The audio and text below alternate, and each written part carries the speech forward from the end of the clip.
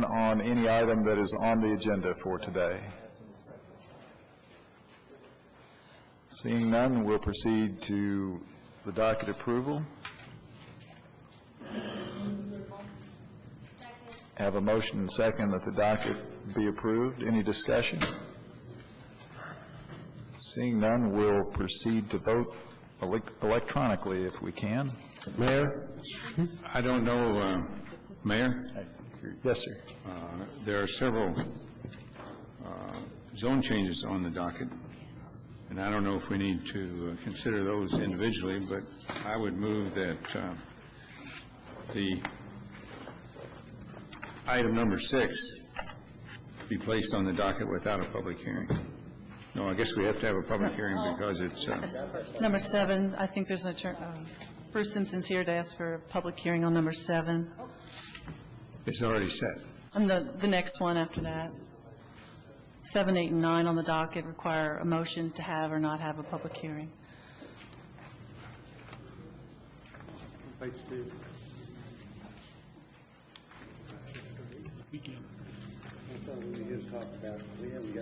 But I understand that we need hearings on 7, 8, and 9. We don't have to have a public hearing, just a motion whether to have one or not have one. That's all that's required. Is there a motion to have a public hearing on it? Mayor, I'm here on behalf of one of the applicants to request a public hearing. That would be number 7 on page 2. I've looked at the dates that would be available, and the two that would appear to be most convenient are December the 4th or December the 6th.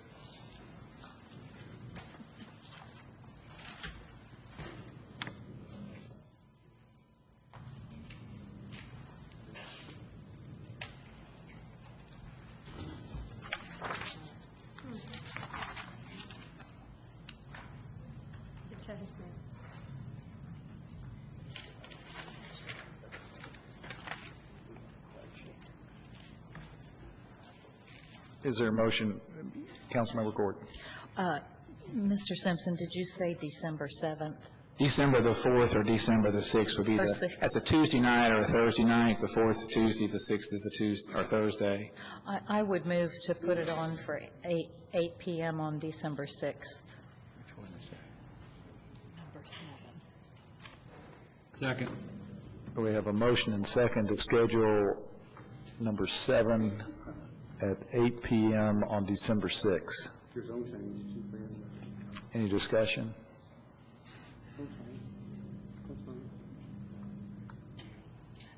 Yeah, that's fine. Thank you. I was upstairs. I couldn't get down here fast enough. All right. If there's no further discussion, those in favor, please vote yes electronically. Those opposed, vote no. We'll see if this works.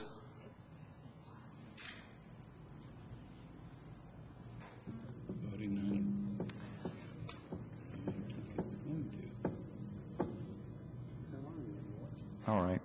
Let's vote orally. Those in favor, vote aye. Aye. Those no. Let's have a show of hands for the benefit of the clerk. Those in favor, please raise your hand. Those opposed, vote no by like sign.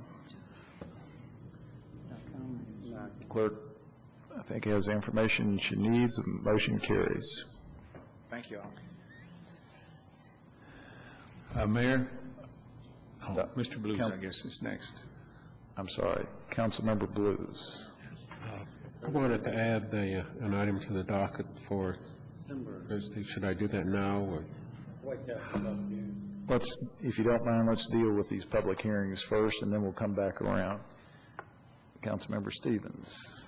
I would move that item number 9, an ordinance amending Article 111 and subsections B and N of Article 816, a text amendment be placed on the docket without a public hearing. Second.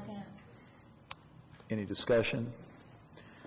Then those in favor of putting item 9 on the docket without a public hearing, let it be known by saying aye. Aye. Opposed, no. Motion carries unanimously. And that leaves us with item 8. Councilmember Maloney. I move to put number 8 on the dock without a public hearing, so move. Without a public hearing, did you say? Okay. Have a motion by Councilmember Maloney and a second by Councilmember Lane to put number 8 on without a public hearing. Any discussion?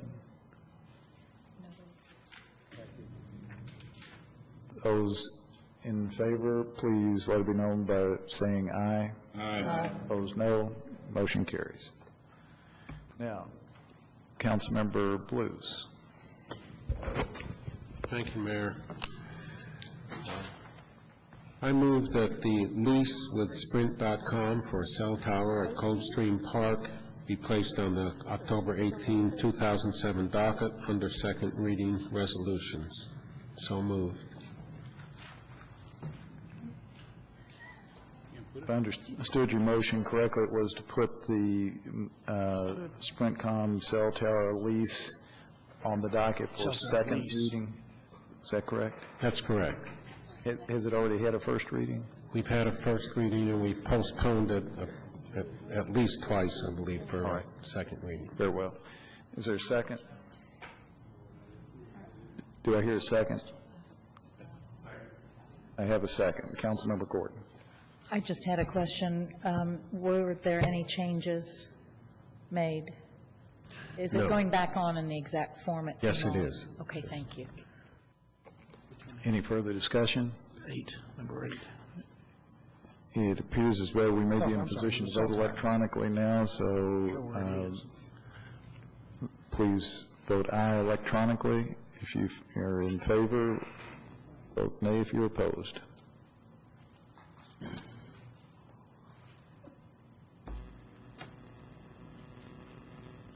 Motion carries. Councilmember Lane. Excuse me, Councilmember Beard. Thank you, Mayor. Second reading of resolutions, number 7. This is a procedural thing, the ratification of the CIO position, Senior Advisory CIO position. Subject to confirmation, we're kind of running out of time to have confirmation. What are we going to do about having confirmation prior to Thursday night? Or are we?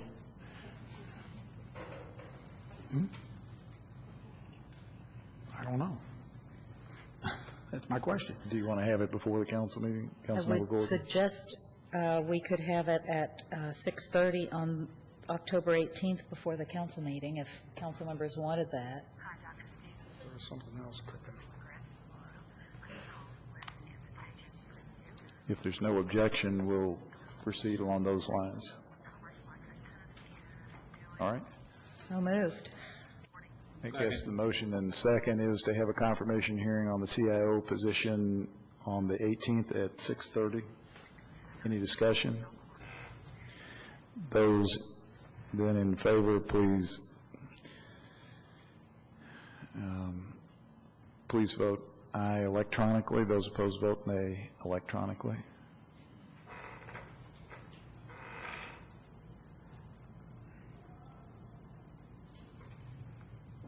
Motion carries.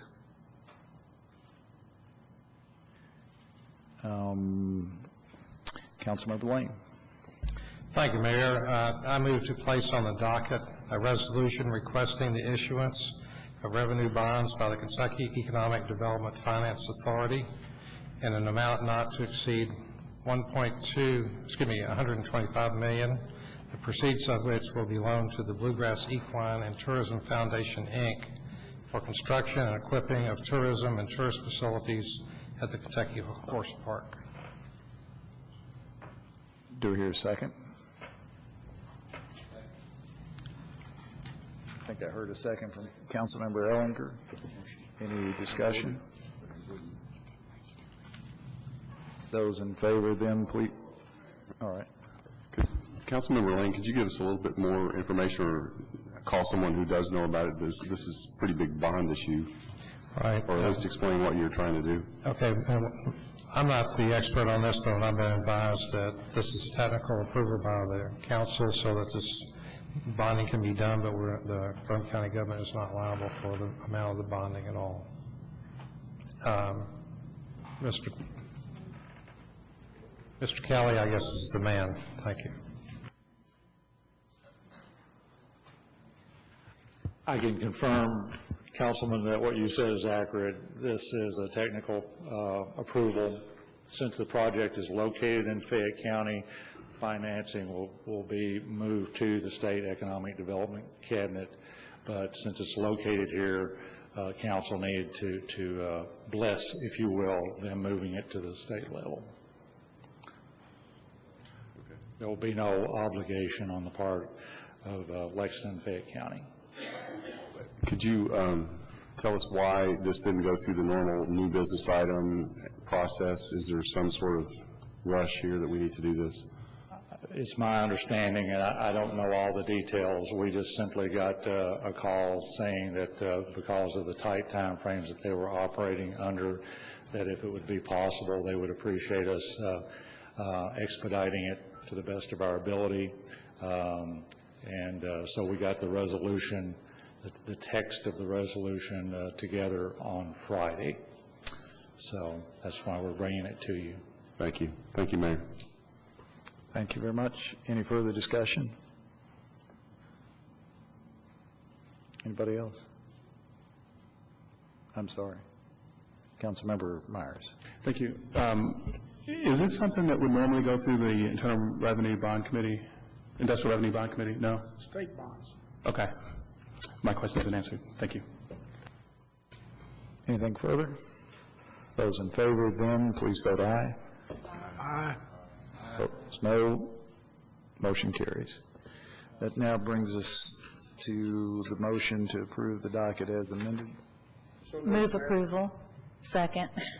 Councilmember Beard moves approval of the docket as amended.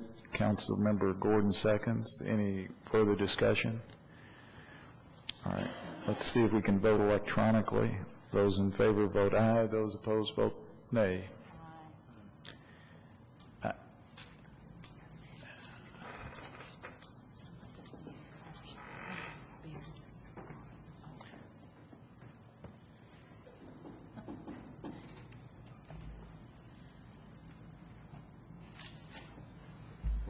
Nothing worse.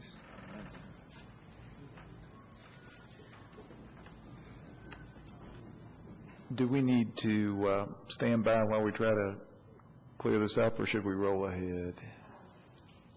Susan? All right.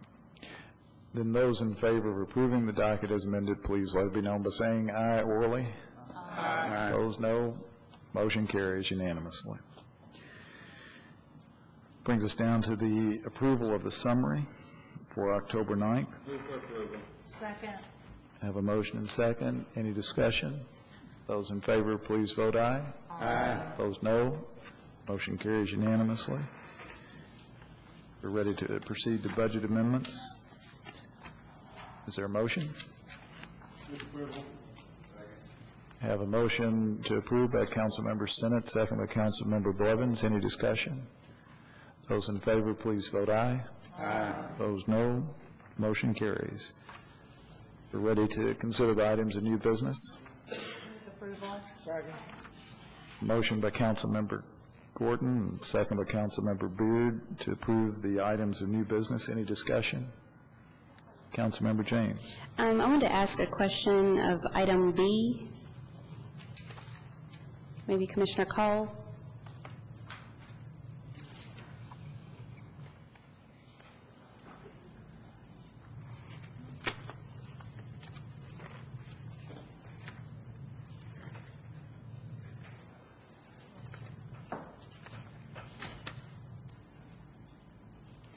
I meant to ask you this earlier. I'm sorry. I forgot to ask. Can you give us the list of the 9 ball fields that are included? I don't have that with me, but I can see if I can get it quickly. Thank you. If you'd share that with all council members, that'd be great. Okay. Thank you. Thanks. Anything further? I think we're ready to vote. I had a question also. Councilmember Stevens. On item F, this is to help the Hope Center with the development of their rental housing project and a $500,000 home investment partnerships program loan. I just wanted to point out that if, after 20 years, if this facility is still being used for the purpose initially stated, that loan is forgiven. So this is a gift, really, $500,000.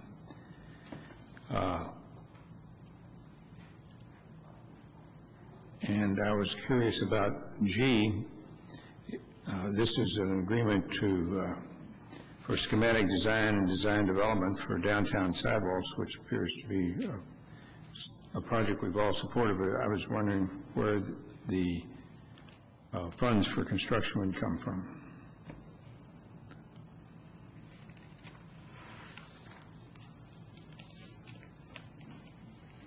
I think I know, but I would like to hear.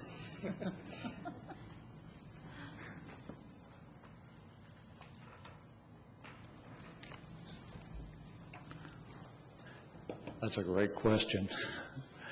The money that's being used to pay for the design is coming out of the original $500,000 that was appropriated by the council last year, I believe.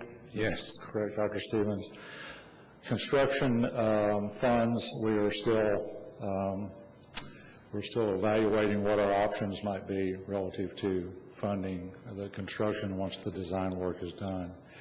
We have a couple of ideas that we're pursuing, but at the moment we don't have any firm suggestion about where the project funds will come from. Okay, thank you. Yes, sir.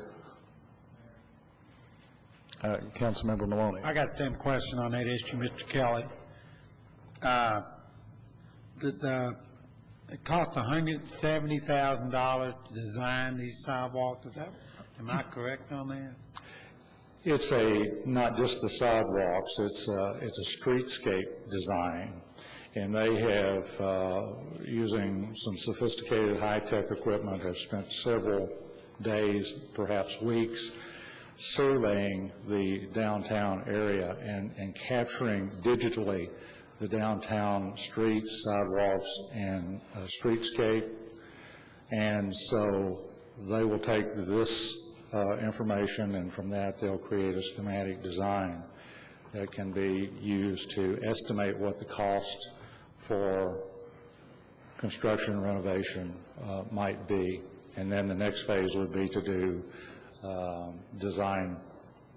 build design plans. And then do you still have the other the $330,000, is that still in their capital project? That money still out there? This design will, actually, it was anticipated that most of that money would be used in the initial evaluation that occurred, but because folks did a pretty nice job of managing the dollars and getting us to this phase, to the design phase, we were able to actually do much more than we anticipated. We thought that we would have to find additional dollars to help pay for this design. And in reality, we're still operating on that original $500,000 grant. So you're still in the budget of $500,000 along the $170,000. You still have enough money to do what you want to do with those sidewalks out to get us through this schematic design phase. That's correct. No, I'm sorry. You're saying it's not going to cost $500,000 to do a design of these sidewalks. No, sir. So it's just going to be $170,000, and then the remaining $330,000 is going to be money to replace these sidewalks and fix them or whatever y'all. No, it's not quite $330,000 was expended on the initial phase of the evaluation process.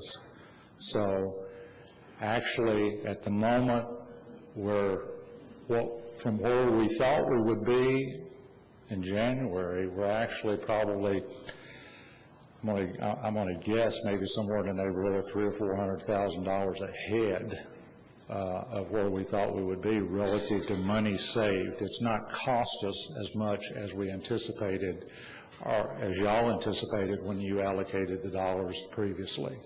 So we're doing really, really well in getting to this point.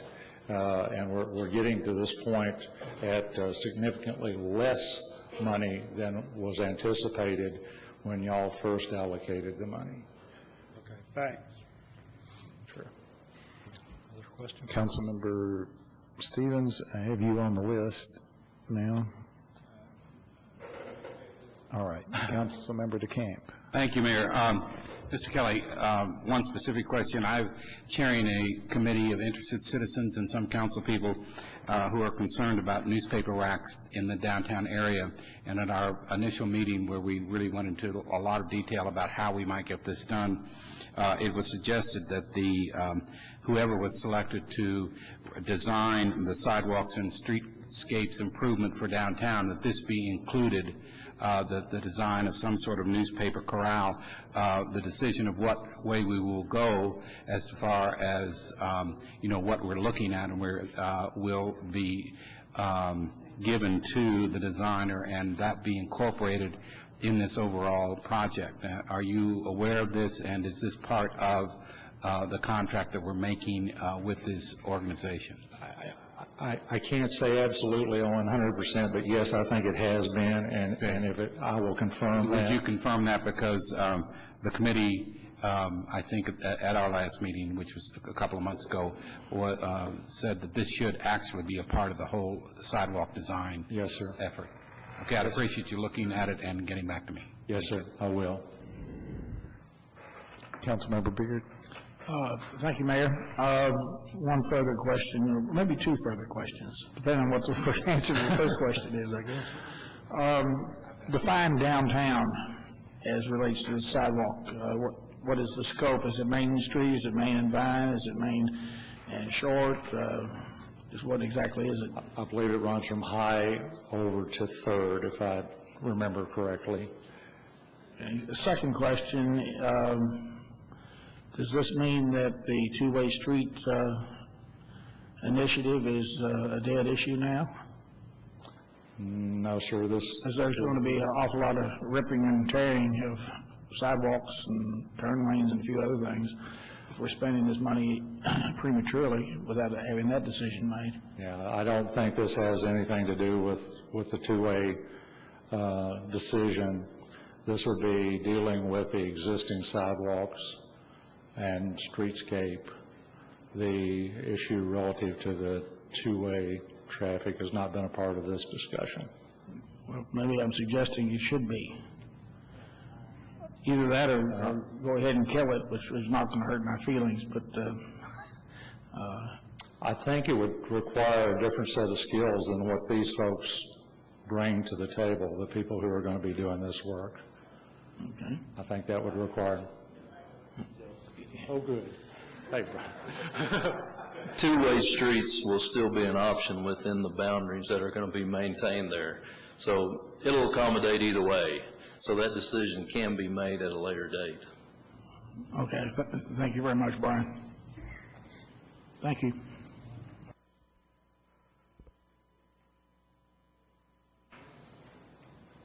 Councilmember Maloney, do you wish to speak further?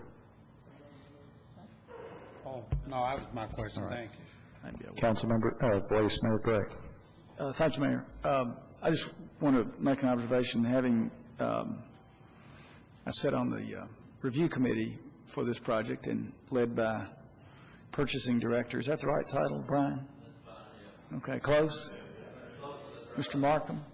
And really a number of really outstanding proposals, as Mr. Kelly knows as well. And I think Brian commented that he's never had an RFP process where the selection committee voted unanimously for one firm without recommending a second firm or an alternate firm. So this firm has done a lot of work, really outstanding work all around the country.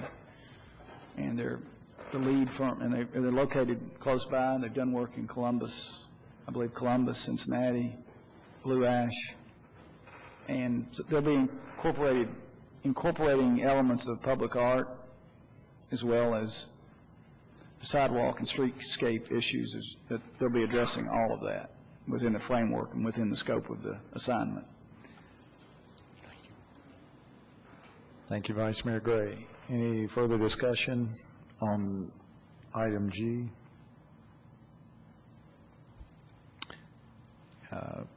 Ms. Cole? Yes, Councilmember James, I have the list of ball fields for you. There were 9 fields included in this project, and it's Castlewood T-ball, Castlewood Minor, Douglas T-ball, Douglas Minor, Idlehour T-ball, Idlehour Minor, Kirk Levington Major Minor Girls Softball, Lansdowne Merrick Girls Softball, and Southland T-ball. Thank you very much. You're very welcome. Thank you. Any further discussion of any of the items of new business? Seeing none, I think we're prepared to vote electronically. Please cast your votes.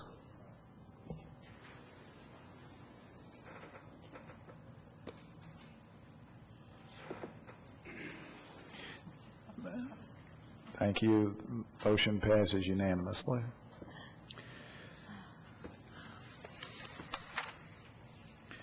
That brings us down to the presentations, and the first one we have is the Intergovernmental Committee.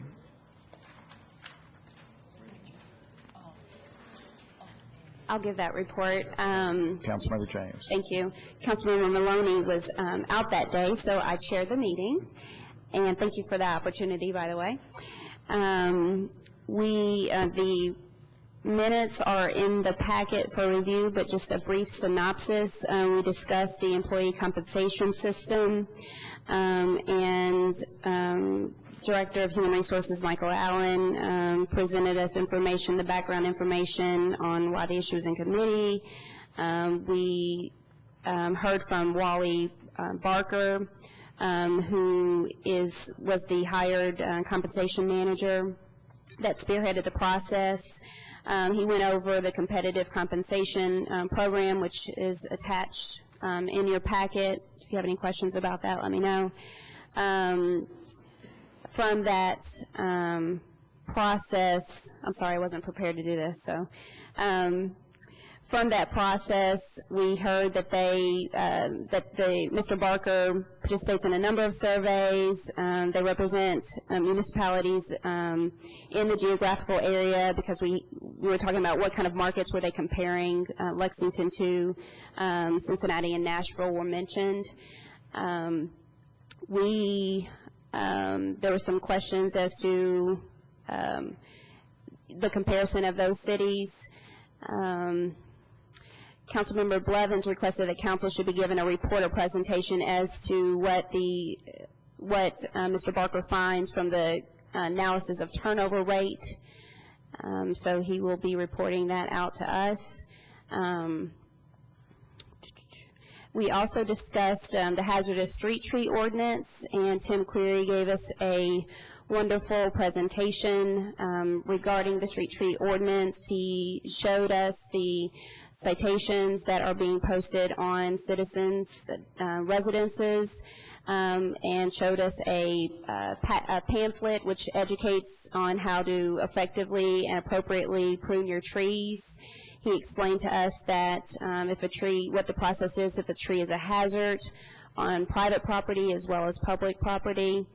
Councilmember DeCamp talked about tree roots, destroying sidewalks and curbs. And Mr. Query mentioned to us about the regulations with regard to minimum width within utility strips as far as tree planting. The tree board had sent the original recommendation for the revision of this tree ordinance to us, and Mr. Query talked about the recommendation to the Planning Commission with regard to the minimum width of 7 feet constructed by developers for the minimum width of utility strip plantings. Tim Query said that they normally see a minimum of 5.5 feet utility strip. that only a small to medium tree can be planted in. Councilmember DeCamp asked about the hazardous tree program. That program does exist. There is some funding available for low-income residents for assistance. Currently, we talked about how much money had been budgeted regarding that, and that their balance was just $13,000 left at this time. The motion was made by Dr. Stevens that the Intergovernmental Committee approve the ordinance and recommend it be placed on the docket. Seconded by Councilmember Myers, passed without dissent. The meeting adjourned. I'm not sure what I need to do from here. I need to make a motion. Which one? I need to make a motion that we approve the tree ordinance revision. Thank you. We have a motion and second to approve the tree ordinance recommendation. Any discussion? Yes, Mayor. Councilmember Stevens. This tree ordinance would allow the forestry section of the Division of Streets, Roads, and Forestry to apply the same procedure, basically, that code enforcement uses when people do not comply with a citation they've received. And after due process, the Division of Streets, Roads, and Forestry would be able to do whatever is indicated for the particular tree that's in question, and then either do it or contract with some outside agency to do it, and then place a lien on the deed of the properties. And he presented this to the Tree Board and to the Corridors Committee, which then in turn took it to the Intergovernmental Committee, and I support it without hesitation. Thank you very much. Any further discussion? Those in favor of the motion, please indicate by voting aye electronically. Those opposed, vote nay.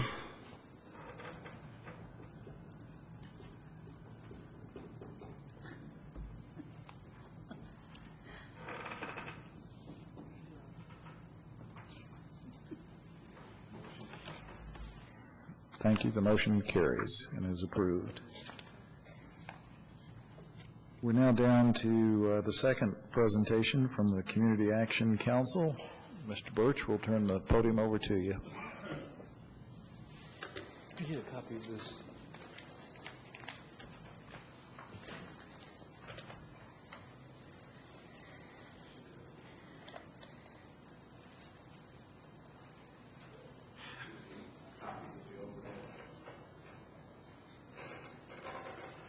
The gentleman, good evening, I'm Jack Birch, the Executive Director of Community Action Council. The gentleman behind the podium gave me a thing that's supposed to control all of this, and I hope I don't mess your voting thing up.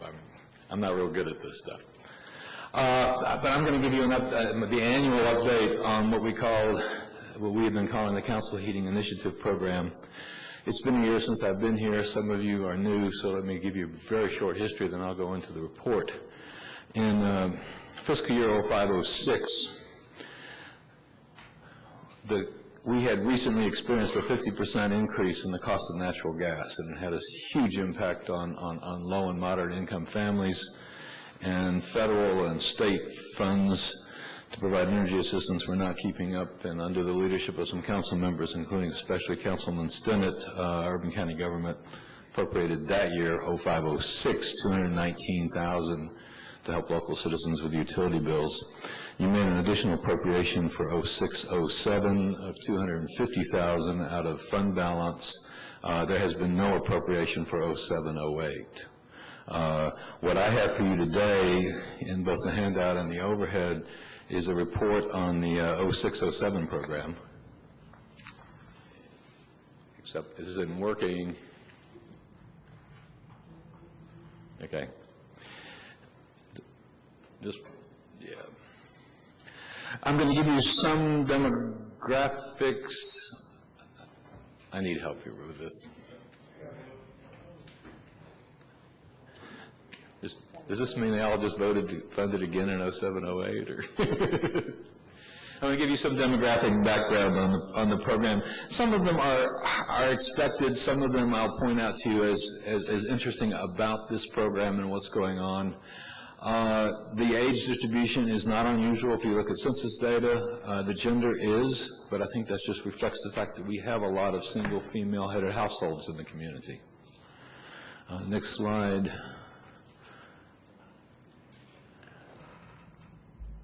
Ethnicity, race.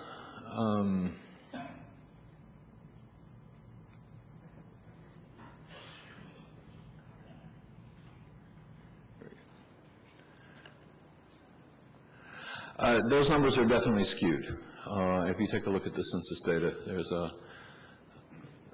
in terms of the actual poverty population in the community, whites and Hispanics are significantly underrepresented. Can't give you a reason for that. Don't know.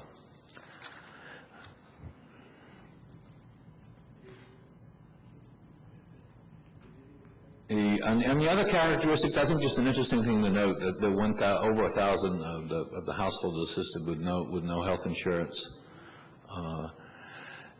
Again, no surprise there with the large number of single-parent, female-headed households. The single persons, we have done a little look at that. The way the federal program works, if you're a single person, you've got to be at minimum wage basically to qualify for any assistance. Families can qualify because the more people you have in your household make you more likely to be eligible. So we've got a lot of single working people that were benefiting from CHIP.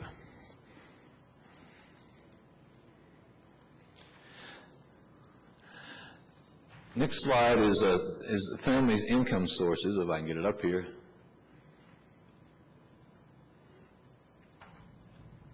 Well, somehow family size. Really no surprises there again, but you'll see, of course, the single-family households was the largest number of households. Then we should go to income.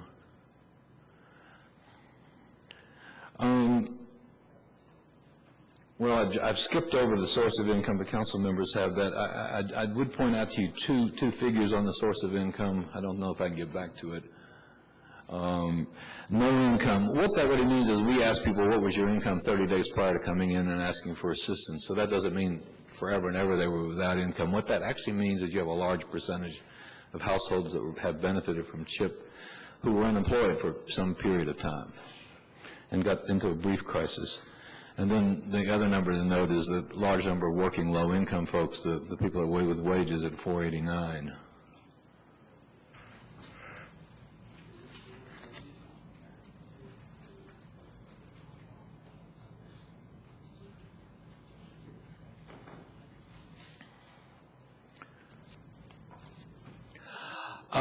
Income ranges, and for those of you who are not familiar with HHS Health and Human Services Guideline, the federal government has a number that they call the poverty level, and 100% of poverty means 100% of that.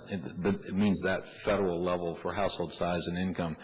It's a very outdated number, so lots of people use different ranges, lots of programs use different ranges to award assistance. This gives you a breakdown, which is somewhat of a surprise, because I know in the discussions that you all had around CHIP, the expectation was that it would help people who were above the federal poverty level, the 100%, more than it seems to be doing. As you can see, the preponderance of families that are getting help are families at or below the federal poverty level. And it's a much smaller number as you get up in there. Though the 130% and over is kind of an interesting number.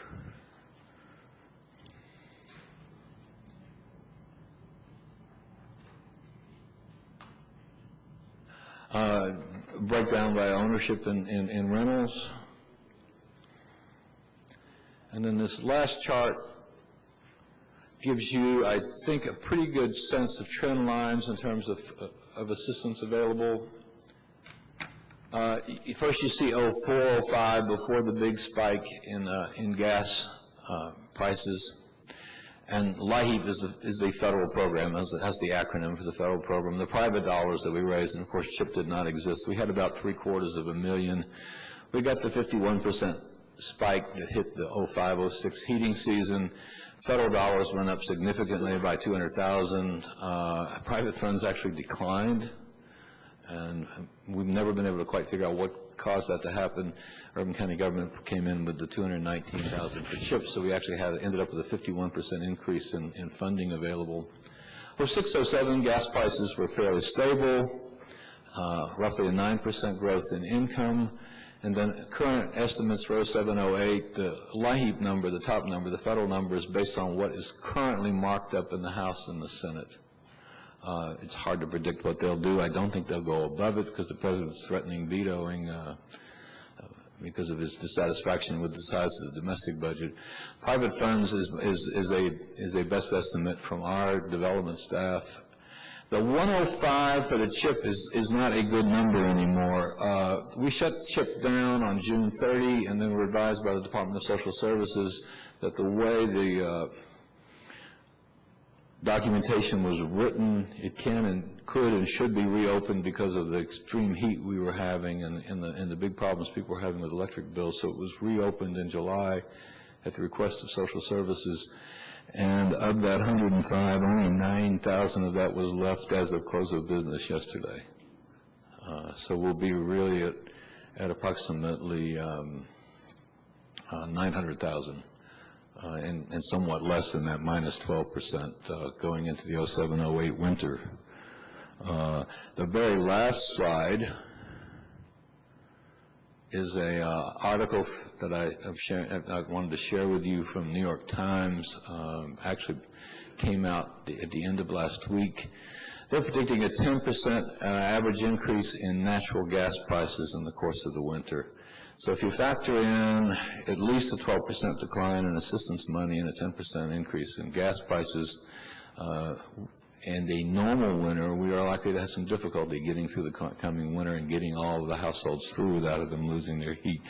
Councilmember James is a member of our board of directors and pointed out to me recently she heard we were going to have was it the mildest winter and some warmest winter in a long period of time, and that may get us through. But I can tell you right now that the financial resources and the estimates in terms of energy prices, are strong indicators we're going to have a serious problem in the coming winter.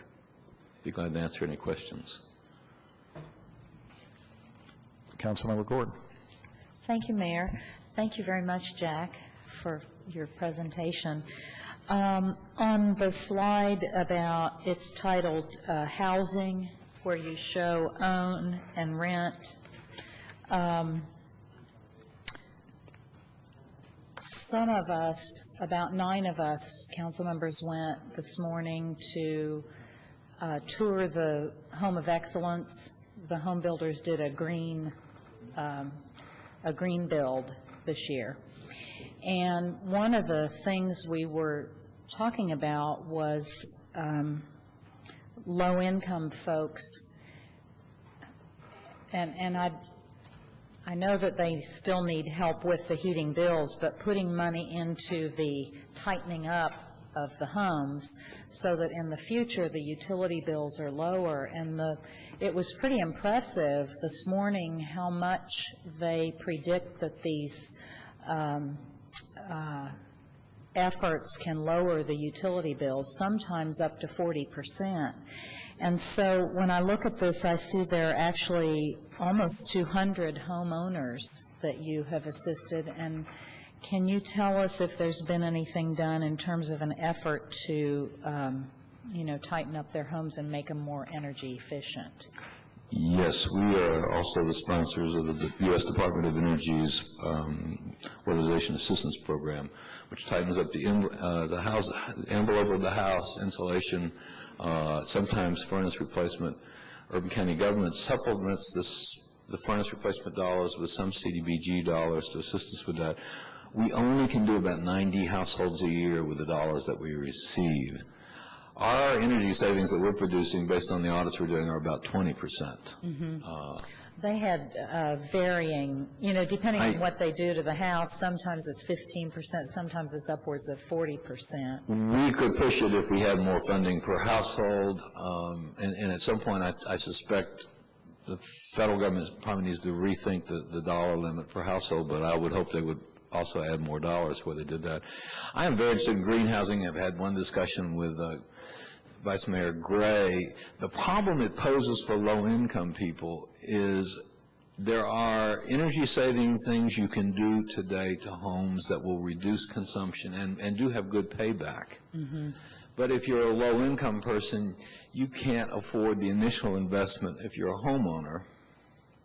If you're a renter, it's kind of a catch-22 because the landlord is going to charge you more rent up front to amortize the cost of those additional measures. So low-income people are not participating in this whole drive that you're seeing out there now to make housing more energy efficient. And lacking a significant commitment, which I think would have to occur on the federal level, a significant commitment by government, I don't know of any way to significantly improve the heating and cooling costs of low-income households. Because we would be talking about millions of dollars, not hundreds of thousands of dollars, just in a county this size. But thinking about it from a, one family at a time perspective, we might impact one family at a time. I realize that would be on a low scale, but still it might be helpful for the years out for that particular family.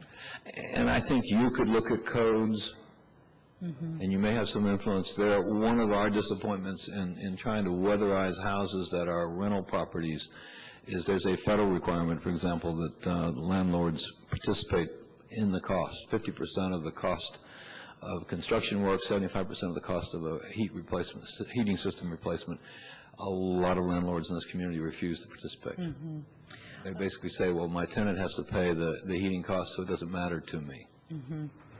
My other question is, I believe this year was the first year we did sort of a debit system. How did that work? At least it was my understanding we were going to put the money in an account here. We put it on a draw basis, and we spent all but, I'm looking for that number again on the chart. We spent all but 105 of it by the end of the fiscal year. We thought it was the account closed and that the balance would lapse to your fund balance. And then we were advised by Department of Social Services that no, it had not closed, and that the Division of Adult Services folks were being hit very hard by people having problems with their electric bills, and we were asked to reopen. So we've reopened, and I can tell you we've been paying some substantial summer cooling bills, but then that exhausted that carryover. But the system worked okay from your perspective? I was fine with the draw, and I think that that's a very good approach. When actually, if you may, I wouldn't expect you to recall, but when I came in 05, 06, the first year, several council members said, tell us how much money it would take to get through the winter. I can't tell you that. If Council Member James is right about that we're going to have a warm, the information she got, we'll have a warmer than average winter. We won't need as much. If the New York Times is wrong about the cost of natural gas, we won't need as much. So I think for the government to say we want to make sure that citizens in this community do not freeze this winter, do not lose their heat, but we don't want to spend any more than it will take to get there, and we want our dollars to be last resort, makes perfect sense. And putting the dollars on a draw basis, having them there where we don't have to do anything but notify somebody down here that we need them, makes a lot of sense to me. Well, I do have another question, but it's more for someone, if there's anyone here from budgeting. I'm curious, is there anybody here who can answer a budget question? How this money, I'm curious about the closing out at the end of the fiscal year and then reopening, since we haven't really had our audit yet, and we don't, we've had some questions about other amounts of money that we would like to be reappropriated. I know Councilmember Stennett asked about the capital projects that neighborhoods were doing. So can you tell me the mechanism that was used to get this money passed? I'm not familiar with this particular situation. I'll be happy to get that information back to you sometime after this meeting, because we have, and I'd asked Commissioner Helm too, and she wasn't familiar with it. We have not closed the fiscal year, so from our perspective, there hasn't been a closing and reopening, but we certainly can follow up on this and get something back to you. But because it sounds as if, and maybe Commissioner Helm knows too, it sounds as if at the end of the fiscal year there was $105,000. but then after the beginning of the new fiscal year, that money was drawn down. So I was just curious about the mechanism for doing that. Do you Well, enlighten us? Community Action Council, as does each of our partner agencies, they are requested to send regular reports and, request funding. And at the end of the fiscal year, Community Action Council had the total of the amounts that we had forwarded to them totaled, leaving an amount of about $105,000. So I think the total was about $140,000. I think at that time, Mr. Birch did not realize that the way that it had been set up last year, that it was forward, in other words, it was to be carried forward. That is in the purchase of service agreement. It is spelled out that any funds left over would move forward to the next year. So I think we assumed that that $105,000 would be the amount that Community Action would have for this year's heating program. But I think, as I'm understanding, the way the program works is that individuals can apply for heating assistance or utility assistance, I guess, throughout the year. And so I was not aware that that 105 had been reduced to such a small number. Mm-hmm. Mine is actually more of a budgeting question, and so I see Connie Underwood, because I'm just curious about how the budget year ended, but yet we were still able to access their money when other monies aren't accessible. When we made the change to their purchase of services agreement to include this funding, Mm-hmm. we changed the purchase order that was available to them to encumber the funds. So they were still encumbered for the program, and the program didn't have an end date. It was simply a Okay. reimbursement program Okay. with no end date. So it's, in that case, they can draw on it until it's gone. Do we have other entities who do that? Not generally Any in terms- outside agencies or any purchase of service agreements where they have an amount of money that, Most of the agencies have a term, and it's from July 1st through June 30th. This was an unusual program in that it was a program they were doing and not an allocation to their agency overall. okay, good. Thank you all. Councilmember Stinnett. Thank you, Mayor. I can kind of shed some additional light on what the previous discussion, and thank you for asking the questions, Councilmember Gordon. The original purpose of this program was for heating. It wasn't for any other utility bills or any other times of year. It was for heating because of that winter. It was 51% projected increase in heating utility bills. It was originally supposed to be a one-time hit, one-time $250,000. And last year we decided to do it again out of surplus funds, out of budget surplus dollars. And with that money, we changed the pay system because several councilors felt that if the money was not spent on heating, it should be sent back to LFUCG. The remainder should stay here, so we did a draw system last year. So I don't know where that communication got mixed up with the budgeting and the distribution of funds, but that was the original intent. Now, how we choose to administer it and do we fund it again, that's up to obviously this council, to move it forward. But that's the history behind it. That's the original intention, was to provide heating help for those families during that 1 year that required some assistance on their heating bill. And the other portion of it that we haven't really talked about is we were also looking for a local match from corporations. It was supposed to be 50% match. So we were going to do $250, and we're looking for companies to do the other $250. And I don't think that ever progressed the way we were anticipating it to move forward through marketing and that sort of thing. So that was the other component of it that never really came about. I know they've done a great job soliciting private funds through their own measures, but we were also looking for some help corporately that same year on that type of heating initiative. But I guess my question to you, Jack, through your presentation today, was on your slide that shows sources of family income. On that one slide that shows all the different sources, what is represented by the word no income? I mean, if they don't fall in one of those other categories, are they 100% without income, not $1 in the family? That would be for the 30-day period preceding the application date. Okay, so but why would they fit in under unemployment during that area? I can't answer that question. Okay, so they just said they don't have any dollars at all coming in?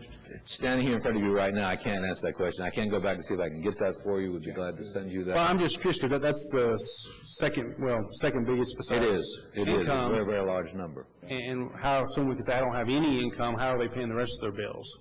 You know, I guess that's where I'm looking at. Are they spending money on things that they should be spending on heat instead? That's just... This says they're not spending anything on anything, and I quite frankly, I have some questions about this. I do know that to some extent, because in which we were glad to do, Urban County government asked us to provide for the administrative costs of this program, and to basically give 100% of these dollars. We did adopt a lot of the federal rules and procedures so that we could streamline it internally. And whenever I see the no-income number, I'm concerned. I do believe a lot of them are unemployed people who do not draw unemployment. I do think that's what's going on to some extent. But I'm also a little concerned because how do you prove a negative? Well, and are they receiving other benefits, such as their housing is being paid for by the government, that sort of thing? No, because generally if their housing is being provided, there's a utility allowance. That's right. That's what I'm trying to figure out. Who are these 423 people? That's the biggest number of who we're giving money to. What I can get for you is to ask our data people to mine the data a little deeper and see what we can find out. Many of these people may be in our system because they've been in prior times. So I'd be very curious, for example, what did we look like if we go back 60 days, 90 days? Right.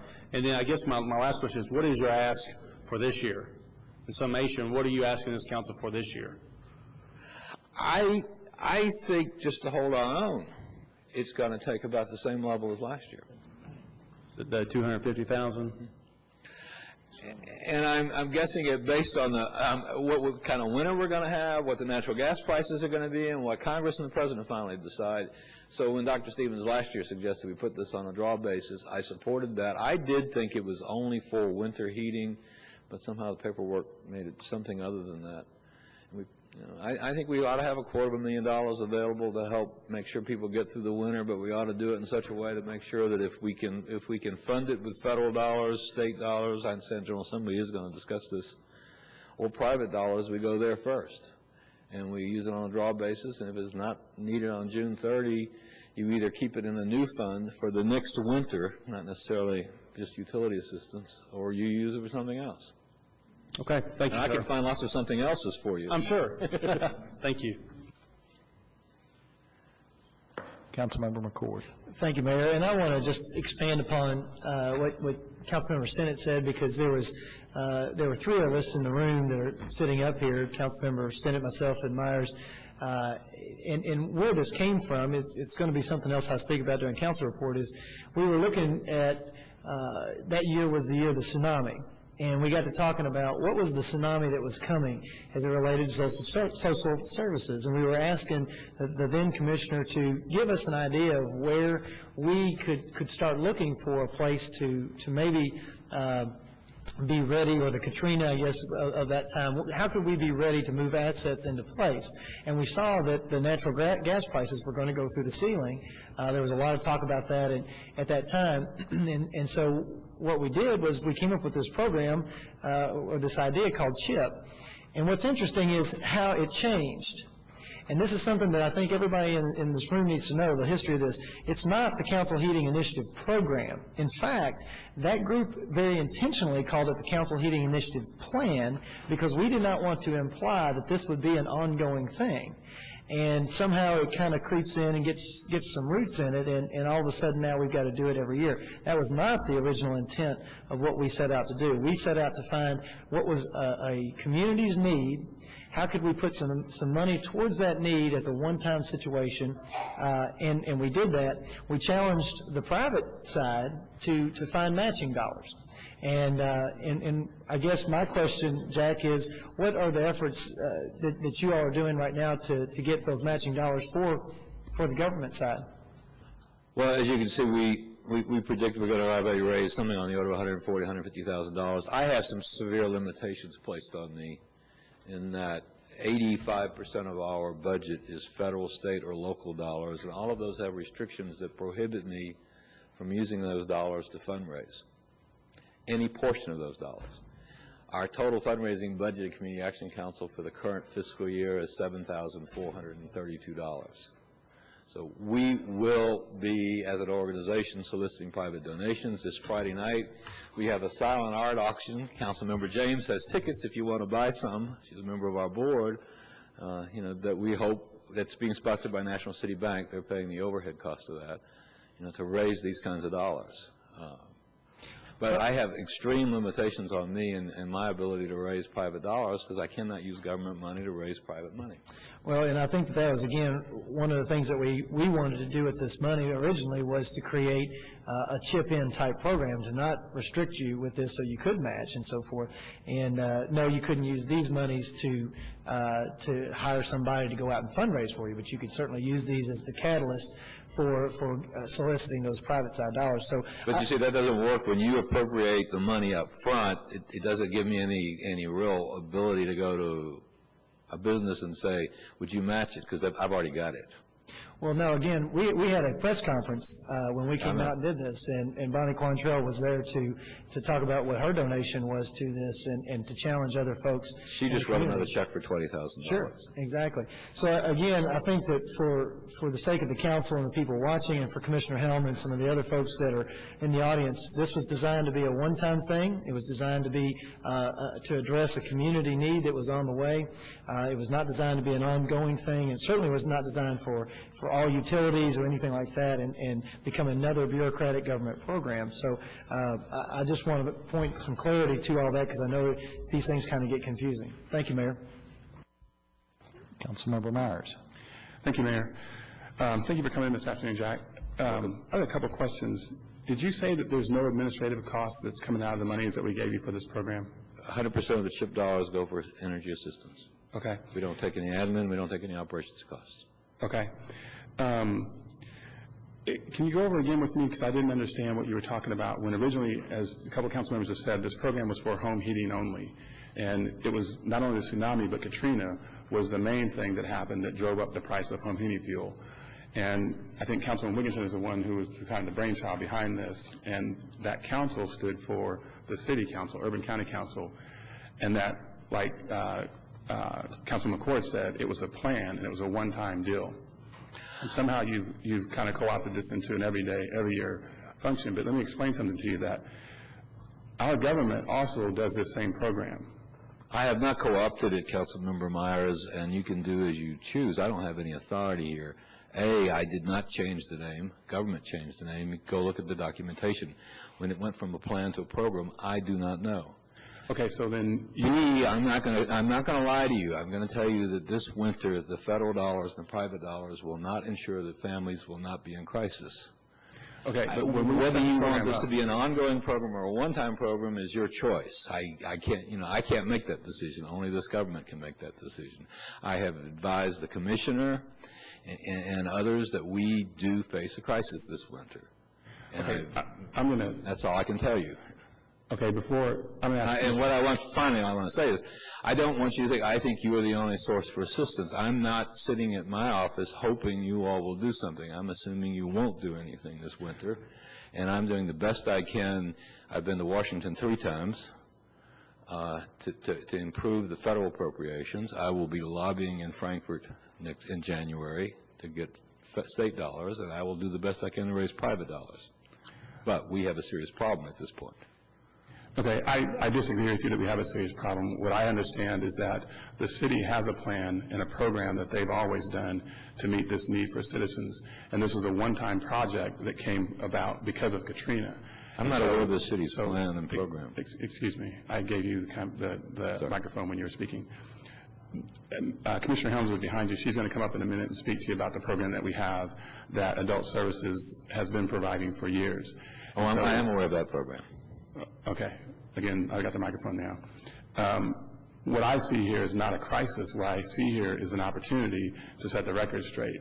And so rather than putting money back into this plan and making it a program for you to administer, I think what the council needs to do is just make sure that the program that the city has always done is funded so that the citizens who need help with heating costs in the wintertime have that taken care of. And I'm perfectly fine with that, Councilman Myers. The discussions, as you know, we've had over the years as we run into a problem with some households who shop around. They go to a church, they come down here, they come to Community Action Council, and 3 of us pay the same utility bill. And we do need, and it doesn't mean the Community Action Council has to administer everything, but we do need to have a way to make sure that that doesn't happen. And that's the easiest way to make sure that doesn't happen. Instead of giving you one pot of money to spend and the council or the government having another pot of money to spend, everyone comes to the one-stop shopping, which makes it easy when we advertise a program citywide that everybody knows they just come to adult services and they can receive that funding. And we can also track everything so that people aren't going to 3 and 4 different places for the same thing. But we'll still have the $1 million in federal and private dollars. That's what I'm talking about, whether you fund CHIP or not. So if you have $1 million, then why do you need the $250,000? Well, I think the chart explains it. Well, run back through that with me.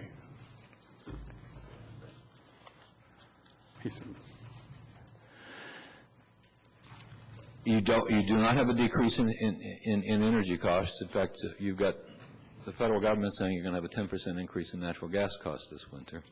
And you have a minimum, and that was before we updated the figure today. You had a minimum of at least a 12% cut in available dollars.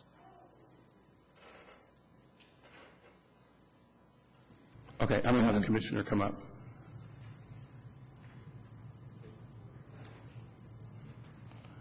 I did not have a copy of this presentation, so I wasn't quite certain as to which slide you were referencing.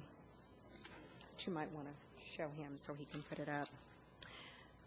I think, as Mr. Birch has stated, at least in an email that he sent to me back in May, that Community Action Council was not contending that CHIP, whether it's a program or a plan, was ever intended to be a permanent program. At least, again, that is what he said to me back in May. In August, we asked for, and Community Action provided us with an update on the amounts that had been expended for the program.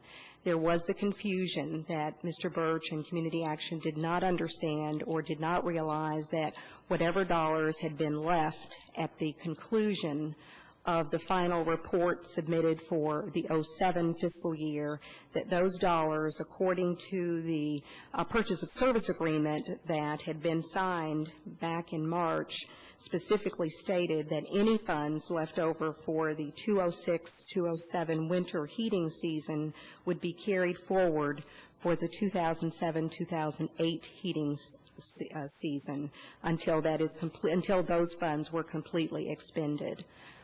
I think in our office, at least my understanding was it was a heating program. So I assumed that the dollars, the $105,000 that was left, would be available for Community Action to use for this heating season, which in my opinion has not yet begun. Again, the monies from the council for the CHIP program were to be used as a last resort, because according to Community Action, they used their LIHEAP funds first, which was close to $1 million. They used private funds, which they were estimating at about $140,000 for 2007, 2008, and then adding would have been that $105,000, which is what you see up on the screen. So I think it was our understanding that going into the 07-08 heating season, there would be a little over $1 million for this heating season. And that is our understanding of the Community Action Program policy for this. The Department of Social Services, through its adult and tenant services, also provides utility and other emergency assistance for individuals or families. And we are very prepared to operate any kind of emergency heating program or any kind of emergency utility assistance. In fact, this question was actually raised during the budget hearings, and Cheryl Lewis, who is the division director for adult and tenant services, was asked directly if she could handle providing services and responding to individuals with an additional amount of money? And her response was yes, because I do think that there was a question that had been raised that perhaps she did not have the staff to provide that service, but she certainly can. Thank you. Mayor, if you'll go ahead and move on to the next person on the list, and I want to come back in a second. Thank you. Very well. Councilmember. Could I correct the record on a couple of things? Commissioner Helm was referring to some emails. I have an email from Cheryl Lewis, our Adult Services Director, asking why we are not using CHIP funds to help with electric bills this summer. And I have an email from Priscilla Gales on her staff saying it's okay to do that. So we assumed we were following the government's preference. We have absolutely no opposition, Commissioner Helm, to urban county government administering these funds. We just think the community needs to make sure that you don't have people shopping around. And when you don't have a one-stop shop, you've got that opportunity out there. Councilmember Maloney. Question, Commissioner Helms, how much money do you have now for this heating, emergency heating? Well, the funding that Adult and Tenant Services is actually called emergency assistance, and so it includes not only heating, but other kinds of emergency assistance that individual or family might find themselves in need of. We have over $150,000 in that particular line item for that issue. Have you used any for the air conditioning that we had the heat summer? Has that money been spent yet? Any of that money been spent? We've used about $39,000 for utility and other types of assistance, and I would assume a lot of that is for air. But it's also because we have individuals who find themselves with their utilities cut off or close to being cut off. They've allowed their bill, and I think that's what Community Action has found, is that individuals find themselves, they allow their bill to get so much in the arrears that if they don't get some help, it's more problematic to allow it to be cut off, because then we've got to try to help the individuals find the down payment and the the money that they need in order to put kind of an escrow to get the account back up and running. My next question to you, Jack. Everybody, you can get up. Everybody keeps coming back saying we started this a couple of years ago, but refresh my memory, back in 99 or 2000, or we had some tough winters back then, and I remember there was a pass-around, and you needed some extra emergency funding around January, February of that for some heat programs. Is that right? We did have that really severe winter, and the government came in and assisted. Generally, though, we have been able to get by fine. It was that 51% spike in natural gas prices, and those natural gas prices are the same. The gas prices didn't get cut back down again by half. That's been the real problem, and I don't have an easy solution to it. But you did come back in the year. Yes. Because I remember that you all were doing, because you ran out of money because. And you all jumped in at the last minute and helped us get through that 1 year. Yes. So if we have a bad winter, you're going to be back. If you have a bad winter, I'm going to be telling the community and you and everybody else we're having a bad winter and I need help. I don't know what to do. My question goes back. I know the internal audit getting ready to make a report. That I guess your recommendation is that the same thing happened if we come out having a surplus. You're going to want to use some of that money to make up for, like you did last year when we had a surplus. You want to, you got 105 now. You're looking at hopefully maybe getting it built back up to 250. Is that what your goal is, or you want 250 on top of the 105? Not exactly. I really am not doing what Councilman Myers seems to think I'm trying to do here. I'm not trying to get you to establish a permanent program. I am strongly urging that you find a way to set aside enough dollars to avoid a crisis, and you don't have to go through a lot of bureaucratic mechanisms to get the dollars out there and to help people. And you ensure the dollars are coordinated so that you're not duplicating services. So I don't need you to authorize me today or next week or next month $250,000, but I don't want a situation where I'm out of resources, Commissioner Helm is out of resources, people are losing their energy assistance, and then you and I and everybody else in this community have to start dealing with it. I think we can be prepared. So what you're saying, it doesn't matter who gets the money, one of you two have money in case one of you run out. So I would caution you, we have got to figure out a coordinating mechanism, and there is not one in place. At one point in time, I offered to allow Urban County government's employees to have full access to our database, and the government refused. That's one way of doing it, you know. If you can check each other's databases, you can check and see if the person has received assistance. So you're not here to make, you're just here to give us a heads up. That's exactly right. Commissioner Helms is here to say, she knows that the time comes, if we have a bad winter or whatever happened, you warned us, either, I don't care who gets the money, but you better be prepared. That's what you're here That's for. exactly correct. I appreciate you telling us. Thank you.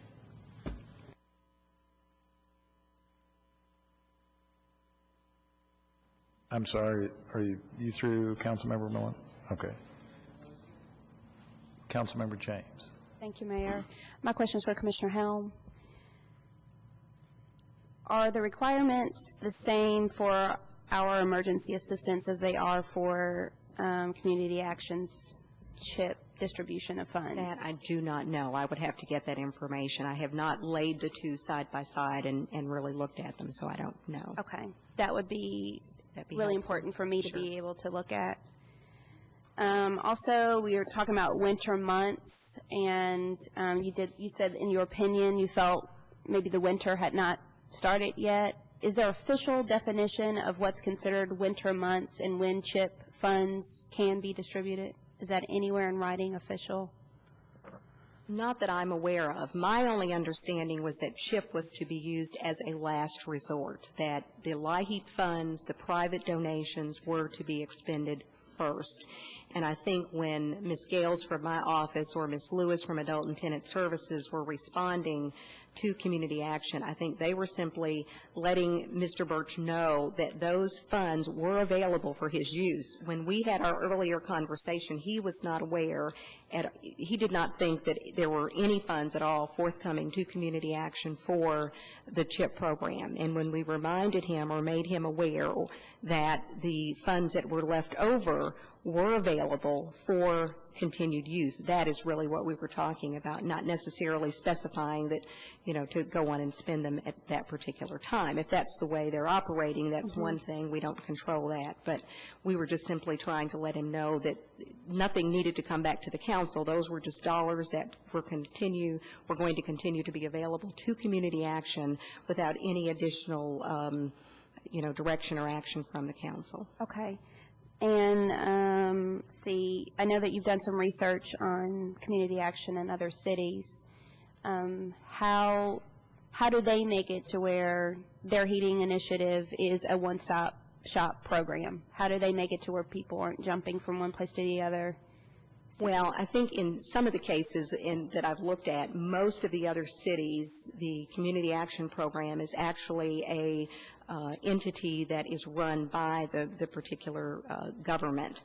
And so there is not an external agency that is actually doing that. For example, my counterpart in Louisville, when I've looked at the budget that they have for Community Action, very few dollars are provided in addition to what comes from the federal government. I think it's less than $10,000 that actually comes from Metro Louisville for the Community Action Program. So trying in some cases to try to match the two is almost like trying to match apples and oranges, because it's just different, and our community is different. I think when I asked Mr. Birch at one time to give me the name of another city, I think you said Boston, when I asked him for the name of a city that I could use to make some comparisons and to get some questions answered, he offered Boston, and I just simply, you know, the population is different, the situation is different, and so have not really found that to be as helpful as I need for it to be at this particular time. Okay. Thank you, Dr. Helm. Sure. One question for Mr. Birch. Dr. Helm mentioned that the CHIP funds are to be used as a last resort. So do you see that at the end of your fiscal year that you've exhausted the LIHEAP funds and the private funds for the CHIP prior to, or for the heating prior to tapping into CHIP funds? Yeah, obviously, listening to Commissioner Helm today, you know, I think there have been some miscommunications, but as of June 30, we were Zero didn't have any money. Everything was gone. And we thought the 105,000 chip had lapsed. And I was getting emails from my staff copying me on emails from members of her social workers in adult services saying, why can't you all help people? And so I began speaking to Priscilla Gales and her staff and saying, you know, would you explain to folks, we don't have any money. And now I'm being told, oh, no, you all have CHIP dollars. So my understanding was government wanted us to reach in and use the CHIP dollars to get the people through what was, and I think we should all understand that, an extremely difficult summer in terms of utility bills. This was a horrible summer for utility bills. I haven't seen anything like this in a very, very long time. There was a problem out there. But clearly there was some miscommunications going on, and clearly everyone inside social services was not convinced we should take the 105 and help some of these people get through the summer. Okay. Thank you. Thank you, Mayor. Thank you. Just real quick. Councilmember Myers. Thank you, Mayor. I just want to thank Jack again for coming in today and just say that the one thing I think that everybody in the room agrees on is that we need to make sure that our citizens that need assistance this winter get that. And I assure you that the 16 people sitting around this horseshoe and the commissioner will make sure that happens. Thank you. Anything further? Thank you very much, Mr. Birch. I don't see Dave Lucas. There he is. All right. Dave, if you want to come forward. This presentation is in response to a council request not too terribly long ago, so I'll turn the podium over to Dave.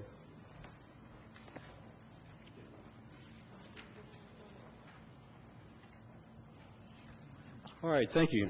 I just have a short presentation today about addressing. In my 13 years with Bourbon County government, I think I started with addresses on day 2. That's only because I had orientation on day 1. My first job here was rerouting garbage trucks, and we had to find where all the garbage was, and quickly found out that addresses were the key to that. And so for 13 years, I've been working with addresses either through solid waste, engineering, land use, census, which, by the way, will be coming up. That is my big project in 2010, is the census is coming around again. Also with 911 and with the delivery of all of our services to the citizens, address is the key, and it's an integral part of LexCall as well. Today I'm just going to kind of present where we are with enforcing of our addressing ordinance. And I've got some samples for you, and at the end, I'll open up to some questions, and maybe we have some samples that are specific to your needs. 911, you know our number. Now show us yours. It's a little motto we have. And I will try, there we go. My finger's too quick. There we go. What is an address? Well, it sounds simple, but over the years, we have come to bring it down to a few things. An address is made up of a number, a direction, a name, a street, and a unit, being an apartment number. Obviously, not all of these are pertinent to every address, but every address does have a number, and every address has a name. Not every address has a type or a direction or an apartment number. Posting requirements. This is straight out of the ordinance.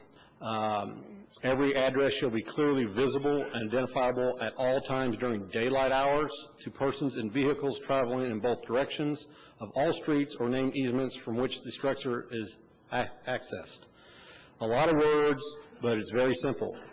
When the guys in the big red trucks come down, they need to be able to see your number clearly.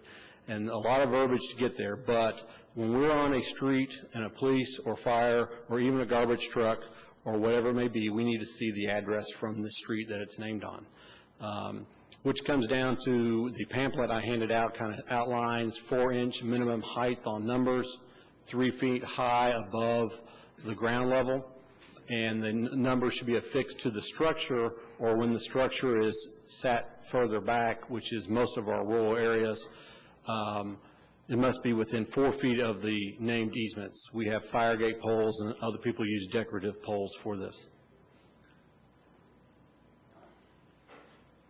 Here's an example of a fine home. If you come up to this home, even though they show their UK colors proudly, we have no sign of an address anywhere on this structure. These are some samples of some addresses that don't quite make it. Right here, this address is falling apart. You might see the 07, but we don't know what it starts with. Actually, there's 2 numbers missing. Over here is a sample of our fire gates, which we install for people in the rural area. This gentleman did not like the number that was assigned, so he decided to paint over it and use his own number, which could be quite confusing because we will respond to the number that was assigned, not the one that he chose. Here's a non-compliant posting. If you could see the address, it's actually this circle down here, which is the nice concrete markers. As you can see, it's not very high off the ground. In this case, the grass is covering the number. It wouldn't take much for leaves in the fall or just a parked car to hide their numbers. Here's a issue we have in Lexington. People like to paint numbers on their curbs. There's people who provide a service to this. Service would be a stretch because, as you can see, these 2 examples are actually 2 different numbers. It's 3831 on the left and 3891 on the right. These are 2 different homes within 2 blocks of each other, but you could probably not distinguish which house is which from these postings. Now here's some nice numbers. We like to show off the good people as well. Above the door, black on white, you can see their number clearly.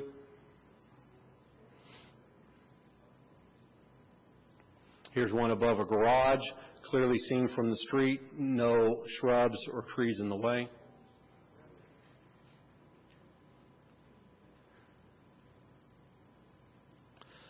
Businesses are not left out. As you can see, this site displayed their numbers, nice white letters on a dark background. Here's another one. They went the step needed to make sure you could see their address from any direction as you approach. They put it on the corner. Here's one of my favorites. If you've been out to Beaumont, you see a lot of buildings look exactly alike, except for they all have their numbers prominently posted where you can see them. Additionally, they took the extra step, which we enjoy at the entrance of their driveways. They have their number posted as long as a list of all the suites that are inside.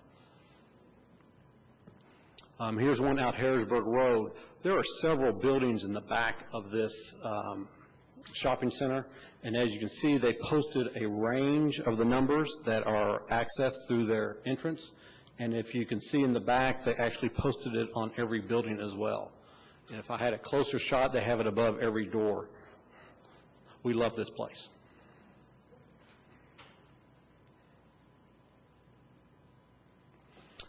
In December of last year, we actually created an addressing board. This is similar to code enforcement's hearing board. Code enforcement has a lot more to cover besides addressing. It was after many months of research, we realized having our own board would be beneficial and quicker, and they review all citations that we could and do give citizens for not adhering to our addressing policies, and also lists that the land subdivision regulations, which is actually the posting of street signs temporarily until the government actually posts the permanent sign. This is a new development. The citation program that was approved in December, this is a brief outline of what happens. When we notice or get a complaint on someone not posting their address properly or at all, first we give them a notification of noncompliance, which is just a letter outlining what is wrong. Some of the photos you've already seen with the red circles are examples. We actually gave them a photo, circle what is wrong, and give them direction on how to fix it. If it's not fixed in 30 days, we give them a second notification, and then after that, the third time we actually give them documentation is a citation of $100, and every citation after that is, as you can see, increases. We've also put an incentive in if they would just fix the issue that we have outlined for them and do not appeal, the fines actually are in half. So far, we started doing citations in August of 2005. We did that before we got an addressing hearing board to find out the need for a board. So we actually had code enforcement work with us. We gave them 5 locations per month. They would go out and cite them, take these people through their citation program, through their hearing board. Of the 135 that we've done, 2 out of the 135 were appealed. In the appeal process, in the end, they still posted what was necessary, which is our ultimate goal, is to get the numbers posted. Currently, we have 16 outstanding, and those 16 range because they're within that 30, 60, and 90-day period where we're either still working with the property owner to post the correct address, or they're not quite at the stage of getting a citation. Here are some before and after of some locations we've been to. This right here is what we call a vanity address, similar to someone with a vanity license plate. They make up their own address, in this case, 2 Paragon Center. It became quite common about a few years ago. People start naming buildings. We don't mind if you name a building, but don't give it its own address. So in this case, we just asked for them to remove the 2 TWO and prominently display the correct address of 2343, and it was a simple correction. Here's a barn. We have many, many barns in Lexington, many farms, and the problem is most farms have 1 or 2 entrances, and once you go down that entrance, there are multiple structures, either from 3 to 23 buildings. In this example here, we went out there and they had a naming system for their barns of an alphabet, A through L. Unfortunately, when they had to put a new barn between K and L, they started another numbering system, so they were not easily located. We went out there and assigned new numbers to every structure, which is, in this case, the A became a 60, and we had to go back out there and remind them that their old number needs to come off and only use the new numbers, because we will be responding to barn 60, not 60A, and if we showed up, we'd be looking for 60A or 60B.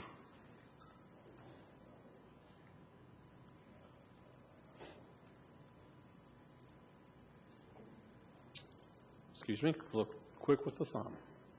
All right, here is a rural area. Fire gates, if you drive out in the rural areas, fire gates has been a very successful program that we implemented, or actually enhanced, that has been here for decades. This pole over here to the side, you can see, uses reflective numbers. It's very well seen at night. The number's posted on both sides of the pole, so you can see it from either direction. It's also on a very strong pole that you literally could drive over with a truck and it's going to flip back up. Don't ask me why I know that. Over here, you can see this gentleman posted his own number on a cardboard piece, which is not the same as what was assigned. He was told to remove that and use the number that was assigned to him.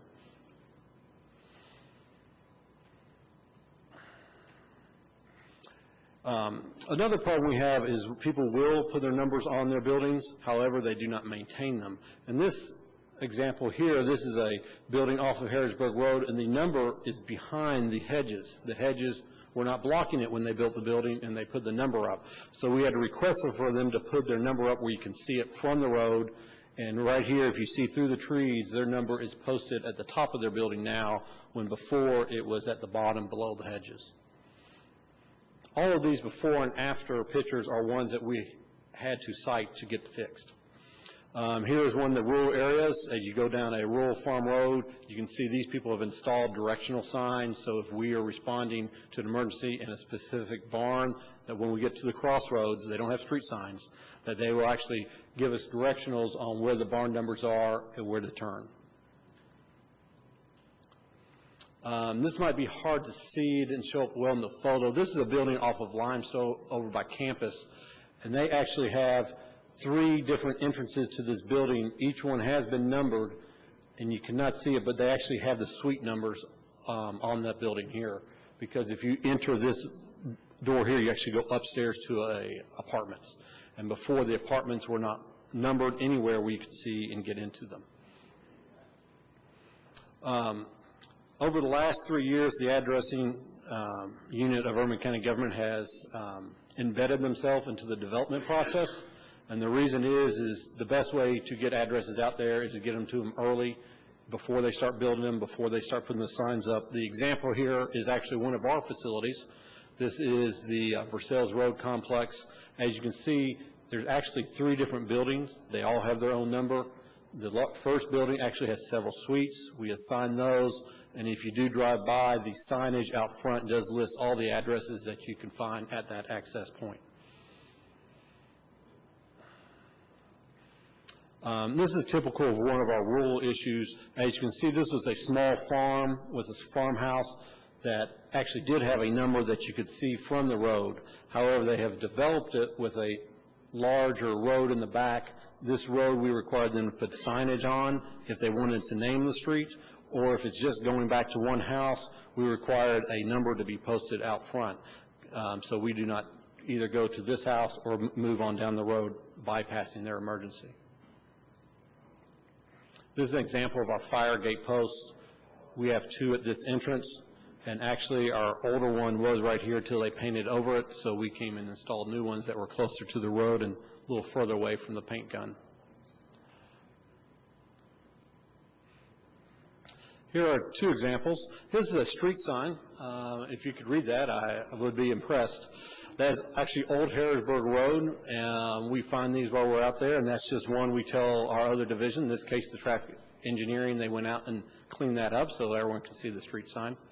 And we work very closely with our parks to make sure, if you notice, most of the parks now do have an address listed on them as well. So a lot of our parks have multiple entrances.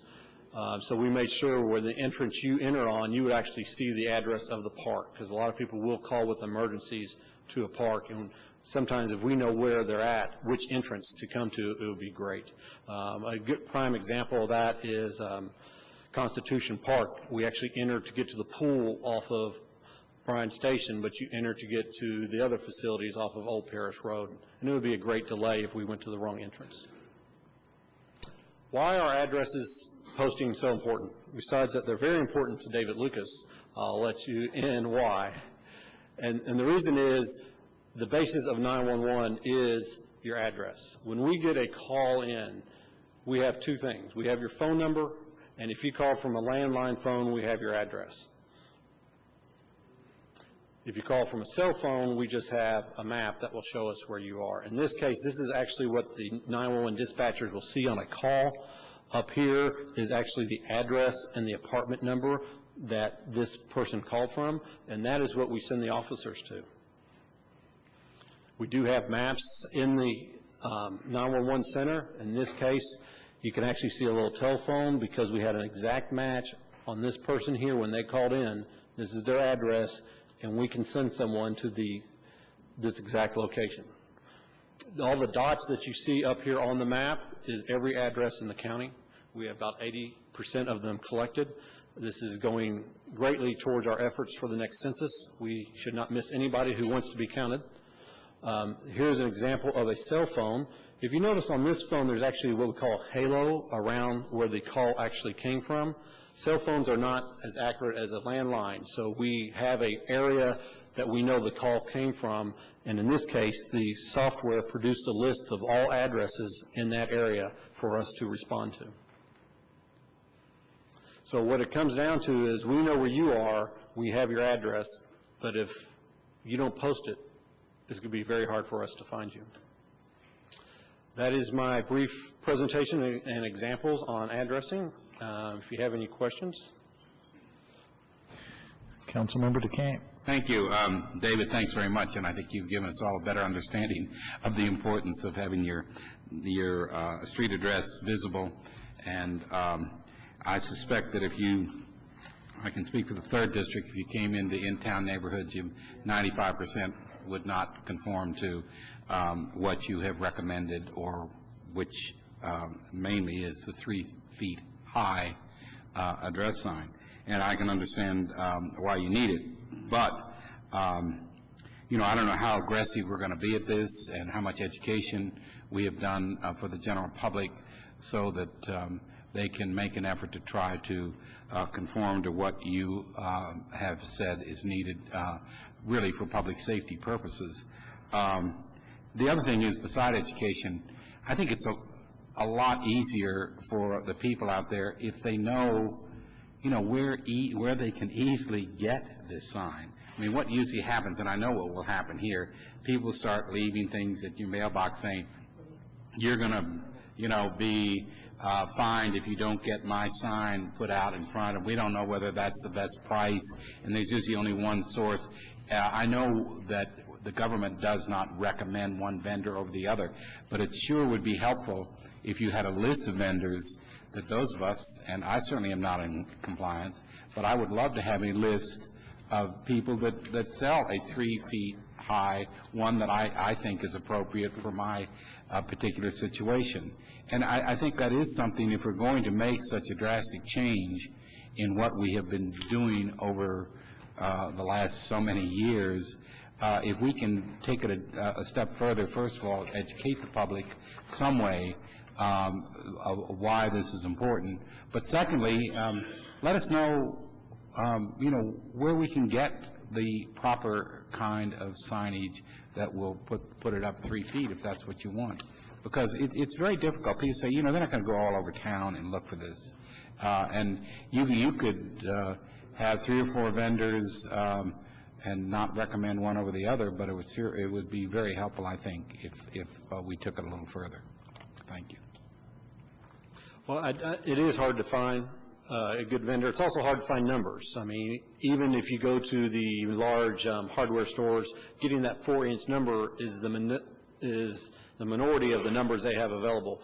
We do offer a service, and it's actually listed on your pamphlet for people who want their numbers fixed. We will come to their house, recommend where to put it if they want to put it on their structure, and for a lot of people, we will install it for them if they buy the materials. But I believe a list of vendors would be very helpful. I know other divisions do that for abatement reasons as well. Well, I mean, not only to find the, but to install it is another thing. I mean, if we're going 3 feet high, sometimes the installation can be very important, because if it's not installed right, pretty soon it will be knocked over, and I guess it has to be installed in some sort of concrete, I would assume, to really stand the test of time. So I think we've got some, if we're going to go ask the public, and I think we have all good reason to ask the public to do this for public safety purposes, I think we really need to help the public be able to get the kind of signage that is appropriate.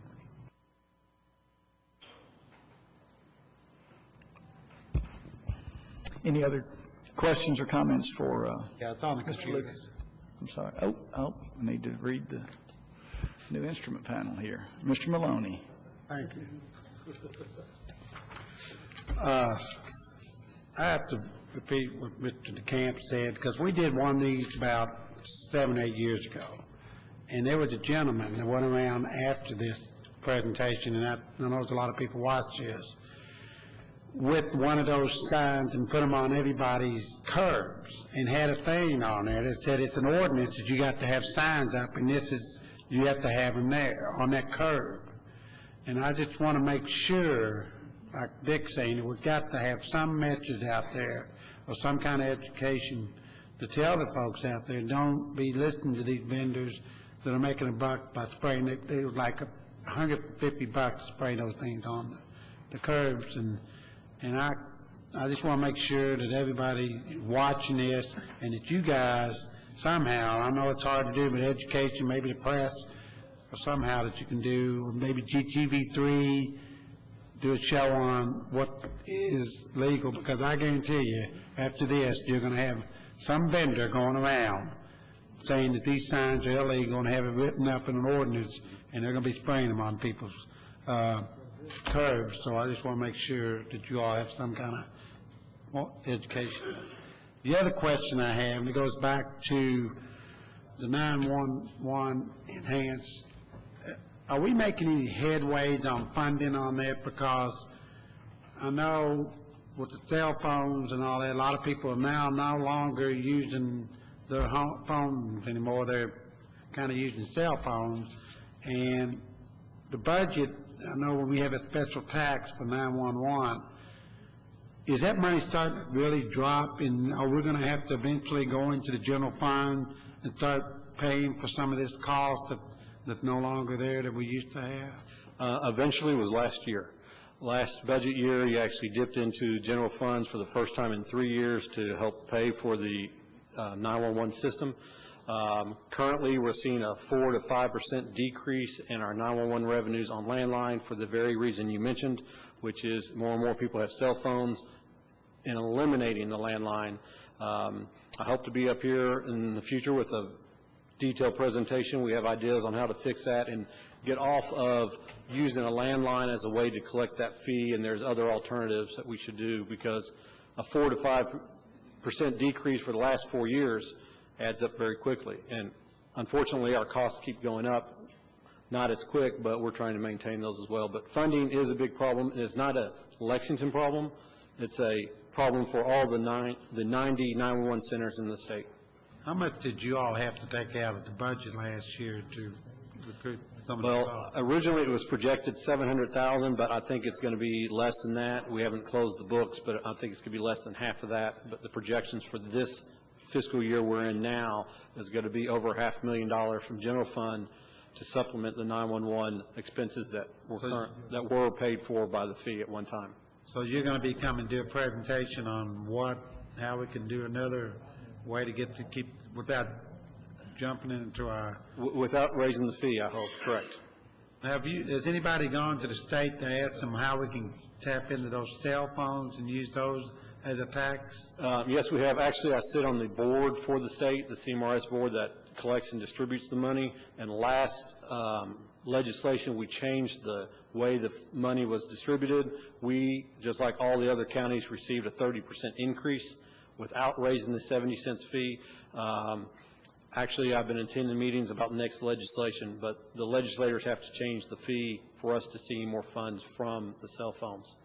They do have a higher growth rate, around 8%. However, their fee's a lot smaller. It's not making up for the loss in landlines. So I appreciate when you come by and give us some information on that. Thank you. Councilmember Beard. Thank you, Vice Mayor. David, this is probably a series of questions. The brick mailboxes that you see that have an inset, maybe a limestone inset, those letters are not 4 inches. Is that still acceptable? The 4 inches is the new rule. We're not going to cite people who have 3 inches, especially in the stone. I've replaced those already, but we do require they have it on both sides so we can see it from either direction. What about the things you see in Sky Magazine, for instance, the bronze or wrought iron, little short jobs that are out at the curb?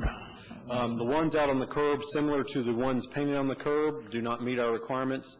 I tell people they're a nice supplement and they're nice decorative, but put one on your structure. Still together, they're nice. Third question, where you have fairly deep overhanging eaves, and people put the numbers over their doors back underneath the eaves, even in the daylight, they're kind of hard to find. We like to tell people to keep it simple. If you keep it where we could see it without stopping the car, it's great. The ones under the eaves, there are people, we have told them they need to bring them out, especially with the large porches. Put them on the front. And usually once we point it out, a photo says a lot to them. But you're right, if they're under the eaves or even on a door that is open, an open door with a number is like having no number at all. Right. And maybe my last one, vertically employed numbers or diagonally employed numbers, how are they looked upon? They're not bad. What is frowned upon is numbers in script and actually in text form instead of numeric form. I guess you see a little bit of everything. You go through the campaigning process and you're out trying to put up yard signs. Sometimes it's a challenge, especially when it's after work and it's in the fall and it's dark. Thank you very much. I appreciate your answers. Councilmember Gordon, then Crosby. David, thank you. I've appreciated your work for many years now, and I have a couple questions. On your citations, 135 citations, What is your process? Do you actually have someone out driving the streets looking for numbers that are not in compliance, or is it complaint-based? Currently, since we do not have staff dedicated to citations, it is complaint-based, or it's based on people we have changed who have never reposted their numbers. Also, since we're in the development process, we're assigning addresses earlier, and a lot of the new buildings we are going to directly because we've already worked with them for 6 months, and they just might need a little reminder to go ahead and put those numbers up. Okay, and then on the cell phone, is there any problem area in Fayette County where when someone calls on a cell phone, they don't pop up on the map? Yes, there is. Anytime after a UK wins a big game, you will not get 911 service from your cell phone. We laugh, but for an hour after the game, no one got service around the stadium, and even if you weren't near the stadium, it was over, and that's a pure volume issue. That happens when we have any large incident. But as far as cell phone coverage, we have 100% coverage for 911. Even if you don't get Lexington, if you're in some of the further edges of Fayette County, you will get one of our neighbors who has the same system or very similar to ours. We're all certified, so we had minimum standards we had to meet by the state. So it's not uncommon if you're at Fayette Mall, you might get Jessamine County, and that's based on how many people are making calls and the traffic volume and the way they're networked. So do all the contiguous counties have that, Yes, they something do. similar? Yes, we all have the enhanced Phase 2 system, and we all have what we call one push transfer, where we can transfer a call to any of our neighboring counties with just one push of the computer screen. Okay. And then my last question has to do with the census.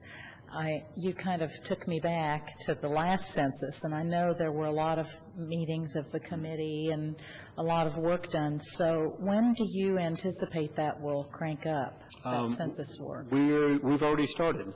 The census has already contacted us. I will not be the lead person this time around. Philip Stiefel will be taking care of that, who helped with me last time. Yes. So we're already working with the federal government on what we need to ramp up for.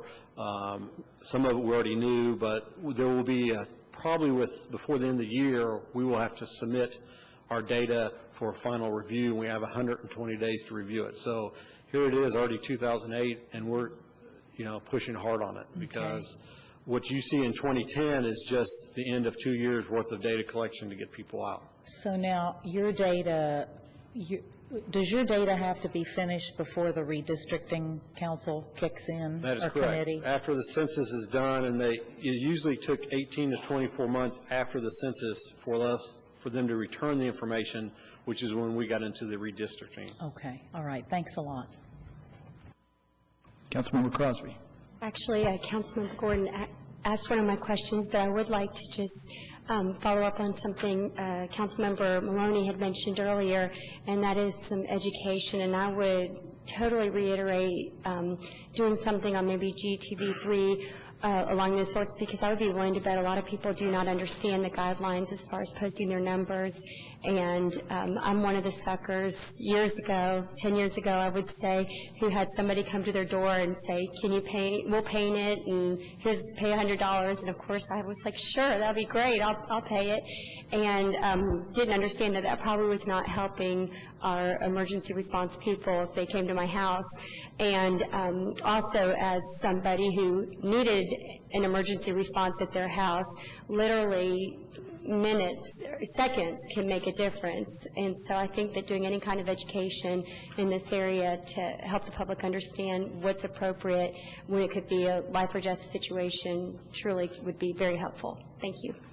We'll do that. We did one several years ago, but we have to recycle it, update it, and we should re-educate, because we do have an influx of people into Lexington, and I'll tell you one thing, it is just as important as to have your number up, it's important for your neighbor to have theirs, because as we're driving down a road, just like you're searching for a house, you're reading them as you go. So having everyone cooperate as a neighborhood is extremely helpful.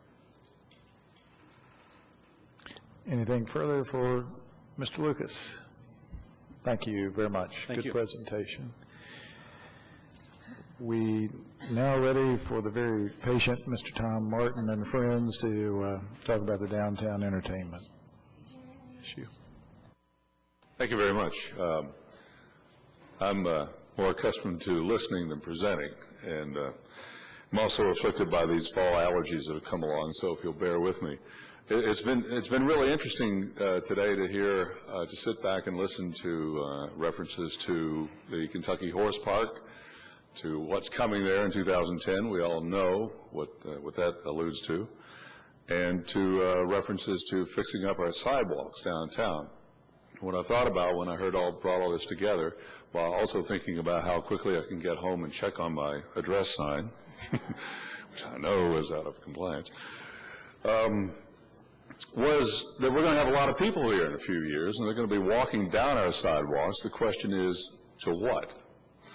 And so a group of folks here in town have been talking about this over the past month or so, a very ad hoc committee, if you will, concerned about what sort of entertainment venues and opportunities and options will await the folks who come here in 2010, but more importantly, what do we have here in this city? Last week on October 9th, Vice Mayor Gray informed you of the formation of a Citizens Task Force on Downtown Entertainment Development. The announcement formalized what had been this series of discussions by this group of citizens. We've been interested in ensuring that art in general and live music performance in particular become integral to what we're seeing evolve downtown. A recent survey that was commissioned by Ivy Walls Management, and this was related to me by Alan Stein, found that Lexington suffers from having what he called a low entertainment reputation in our region. And so the purpose of our task force is to figure out why that is. Of course, if you can walk outside of this building, you can pretty much see why. But why does what we find out there exist in the way it does? Why does Lexington lag behind other benchmark, medium market university cities across the country in creative industries? And that's even as we all talk about becoming a place that would attract the creative class. The urban center that's now taking shape and form right downtown here in the heart of our city is not our grandfather's downtown Lexington, which I remember fondly. It's not my father's downtown Lexington. It's not even the downtown Lexington of my own experience earlier in my life. What's emerging downtown now is something completely new and different, and it's based on a model that we're seeing become successful in other cities across the country. We want to look at those benchmark cities and see how they have succeeded in bringing back the heart of their cities, and see if we can't emulate what they've done and come up with our own creative ideas while we're at it. As you see up there, Paducah has its artist relocation program, a very innovative program that has garnered global attention. They have, I think, at any given time, somewhere between 50 and 80 artists who have relocated to that town from as far away as Hawaii and Germany. Omaha I'll get to in just a moment, because the folks out there, I think, really have a mindset that we might want to think about. Austin, Texas speaks for itself, and many of us will be going there to actually see it up close and personal next spring, June actually, when Commerce Lexington takes its next leadership trip. It will be to Austin. I think the priorities of the agenda are to look at their entertainment districts. Austin got jump-started with something called a Creative Industries Loan Guarantee Program. They have an actual music commission in their government that oversees the criteria for music and performance venues in that town. And believe it or not, they even open every city council session with a performance there. In Toledo, Ohio, they have, among other things, they have sparked their arts community by creating a partnership with a bank and offering a 1% one-year loan of $500 to $2,500 to citizens who would like to purchase local art from a local gallery. This makes art more accessible. Knoxville, Madison, Louisville, Chattanooga are all cities who have been paying attention to their arts deficits and doing something about it in a very successful way. In fact, I was down in Knoxville, Tennessee recently for the first time in many, many years, and frankly was pretty surprised by what I found there. It's a vibrant little rejuvenation of their city center, a lot of music going on, a lot of venues happening down there. The city center that we have emerging here is relying on dense mixed-use street-level retail and residency above, and that reflects economic, social, and demographic realities that didn't exist in the agrarian and industrial 50s and 60s, 70s, 80s, and even into the 90s. While much has occurred in those key sectors of the local and regional economies, to be sure, the presence and relative impact of higher education in our community has only steadily grown. Today, Lexington, more than anything other than the horse capital of the world, is a college city. And we're still struggling to fully exploit that, to exploit academic research, for example, as a resource for commercial growth. Efforts are being made. The partnership between UK, the city, and Commerce Lexington is implying important possibilities. In a city that relies on payroll taxes very heavily to finance patch sidewalks, potholes, firefighting, law enforcement, all kinds of things, not to mention the cost of the forthcoming EPA mandate. What options exist other than smart, serious economic development to get these things done? I would say none right now, unless our Constitution is someday amended, and we know that's not going to happen overnight. It's becoming more widely and better understood that the success of the downtown Lexington that's materializing today is critical to the well-being of us all, be we urban, suburban, or even exurban dwellers, wherever we are in Fayette County. The mix of residency and hope-for street-level commerce designed to attract, house, support, engage, and entertain an educated, sophisticated, professional workforce is essential to the future prosperity of our city. So while we hope to see the establishment of certain forms of crucial retail to support the residency that I'm talking about, a grocer, for example, is crucial. The explosion of mega retail centers all around us, from the well-established Fayette Mall, Hamburg Pavilion, to similar new retail centers coming online down in Richmond and to the north of us in Georgetown, would seem to narrow the practical options for commercial activity in downtown Lexington. So if the district is to thrive, we think, it must provide an attractive reason to become regarded as a destination, not only for those who choose to live in it or near it, but also for those who live in all of our city's neighborhoods, and for that matter, our city's neighboring communities, a place that attracts people. People like to linger over coffee and conversation, maybe read a book or a newspaper, watch people go by on the street at a sidewalk cafe. It's an enjoyable thing to do when you have the time to do it. We're drawn to live music. It's a human thing. We're inspired by it. We're inspired by visual art. It's nothing more mysterious than simply making allowances for us to be the way we are when given the opportunity to commune in the center of our city. As we've mentioned, from Knoxville and Paducah to Greenville, Asheville, Chattanooga, and Louisville, arts and entertainment have been central to most, if not all, successful downtown redevelopment projects all across the country. Lexington has traditionally focused heavily on sporting events, and undoubtedly will and should continue to do so, especially if we're going to have Saturdays like the last one. What is missing, however, are equally energetic and imaginative efforts to nurture a thriving arts and entertainment culture here in our community, one that you walk out into every day, not one that you have to search for occasionally. Recognizing this, the Task Force on Downtown Entertainment Development plans to investigate the regulatory environment that awaits any entrepreneur who's interested in investing and assuming risks of operating arts and entertainment venues. And the aim is to figure out ways to create an attractive commercial environment and then to invite the market to participate. There may or may not be a strong response to that. Either way, freed of any regulatory obstructions or any other obstructions that we find, the market determines the outcome. The one thing I wanted to point out before I close is something that's taken place in the virtual heartland of our country. The development of the Old Market District of Omaha, Nebraska. Omaha.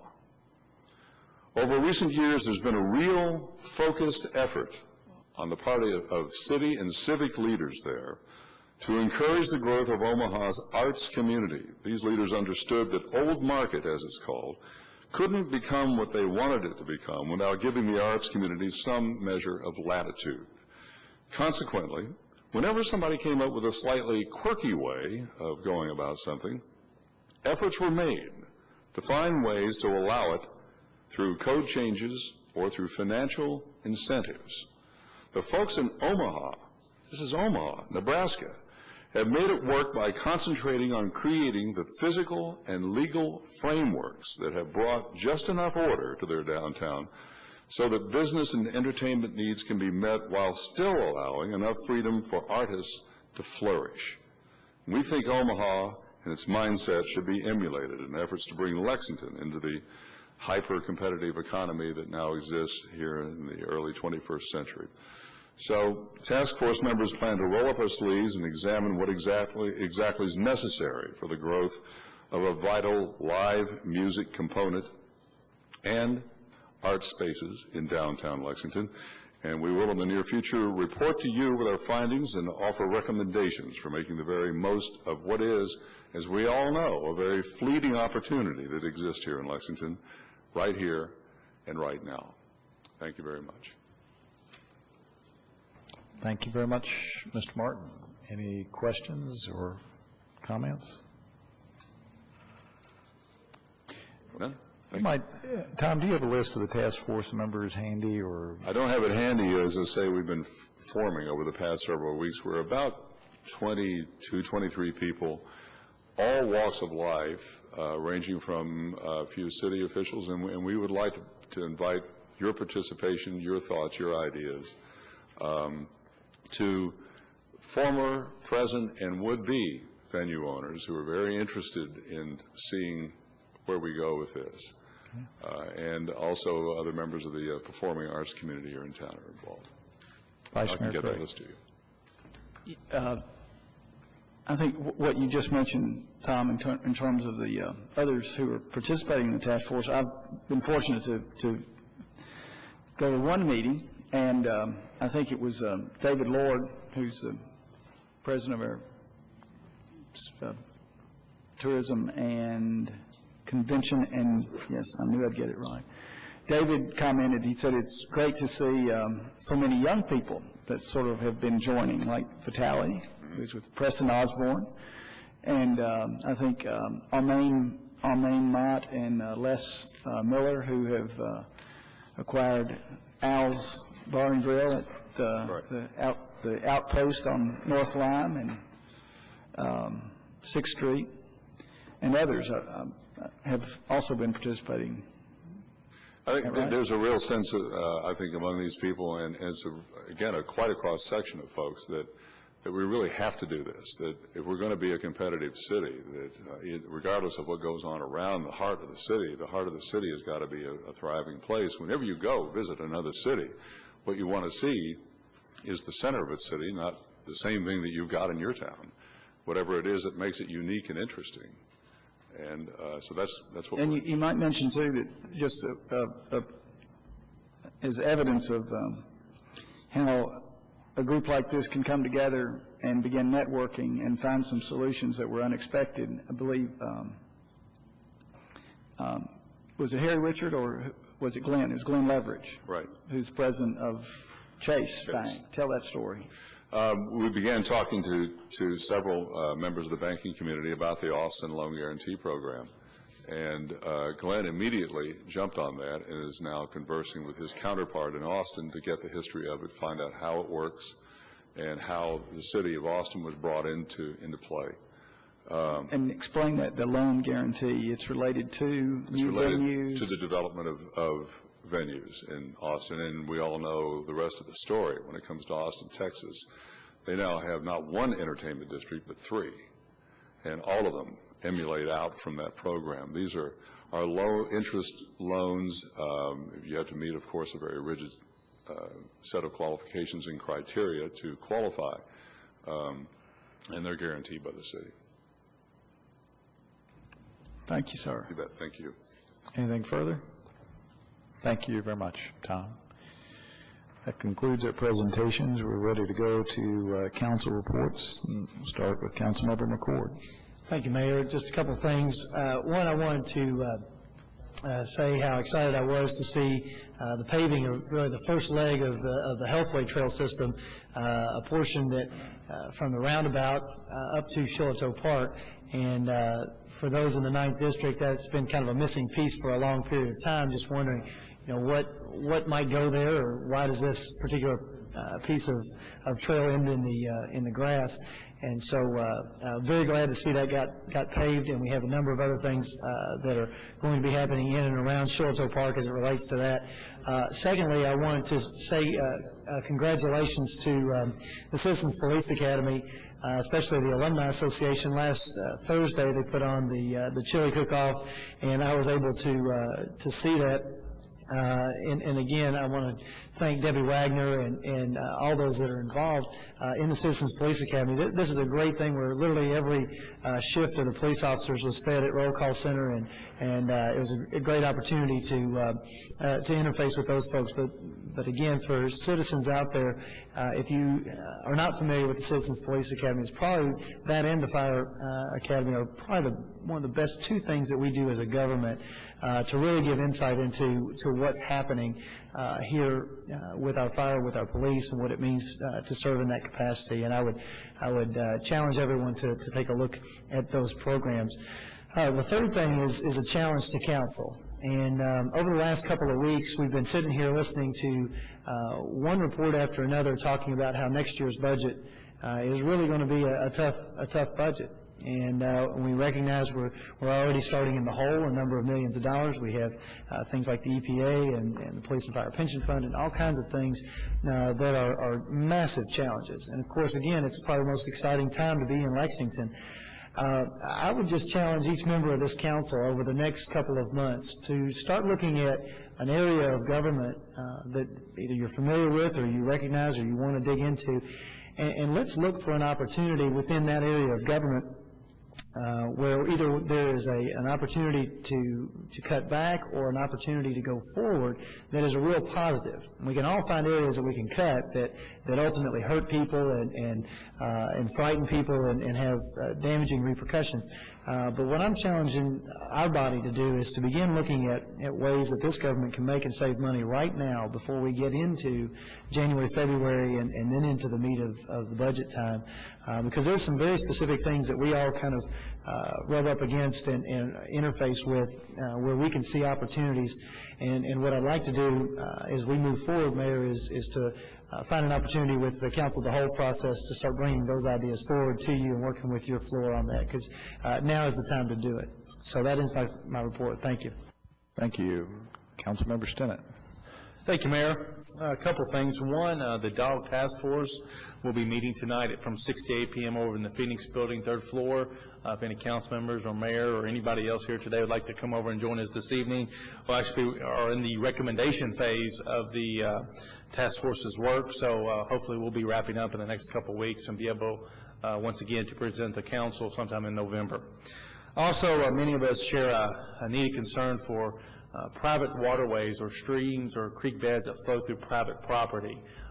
Due to erosion and embankments failing, there's a great need in our community to go in and perform some repairs to those areas. And as many of you know who have been around a while, by law we cannot go onto private property. So I've asked the Department of Law, and working with Commissioner Askew, to look at some type of conservation easement or some ability for LFUCG to enter onto private property to start beginning some of those repairs to some of our streams and creek beds. So hopefully that information will be coming forward to council, and maybe we can make some progress in that area. And then, let's see, last but not least, I'm going to pass out to council an idea that I came up with during the mayor's neighborhood summit that we hosted here a couple Saturdays ago, and also in piggybacking with his mayor's night out philosophy, I've created what we call Meet the Council Night. And without going into too much detail, I'd like to bring forth something more formative or formal next council meeting. So I'm passing this out as information only to my fellow council members. I would appreciate your dialogue, input, suggestions. This is just a rough draft that I'm passing out today, but I do think there has to be an opportunity for council members to have formative dialogue be a Q&A with our citizens, because as you know, many of our processes are formal. Many of them, such as zone changes, our council meetings only allow for 3 minutes without a response. And what I'm proposing is to take 1 quarter or 4 times a year or once a quarter for a council member to be open and accessible to the public the first Tuesday of every month, so that the citizens may come and have a good dialogue with 5 different council members they otherwise would not have the opportunity to meet and to ask questions to. So again, this is just a suggestion, open to your questions, comments, and of course support. Hopefully we can have something to everybody by next Tuesday. Thank you, Mayor. Let me expand on that just a little bit. Earlier in the year, we had talked about the possibility of the council having some meetings outside of the council chambers in different parts of town. Is it still the sense of the council that that would be something you'd like to do, maybe in conjunction with what you're talking about, or independently? Councilmember Maloney? Oh, as long as I don't have to take it voting machine, I'll be interested. Councilmember Gordon? Well, and I just, I remember when we met in the Phoenix building when this was being renovated, I would just like to know if there's extra cost involved to do that and how much it would be. I know the video and audio folks and other folks could give us some input on that. I think it's a great idea. I would like to see what kind of cost, if any, is involved. Alden, could you crank on that just a little bit or get somebody in public information to do that, and then I'll try to follow up with Liz. Councilmember Beard. Probably 3, maybe 4 years ago, I think there was an attempt, an invite from the student council at UK for us to go meet there at one time. And supposedly it was not a very successful trip. GIS was not available, I don't believe.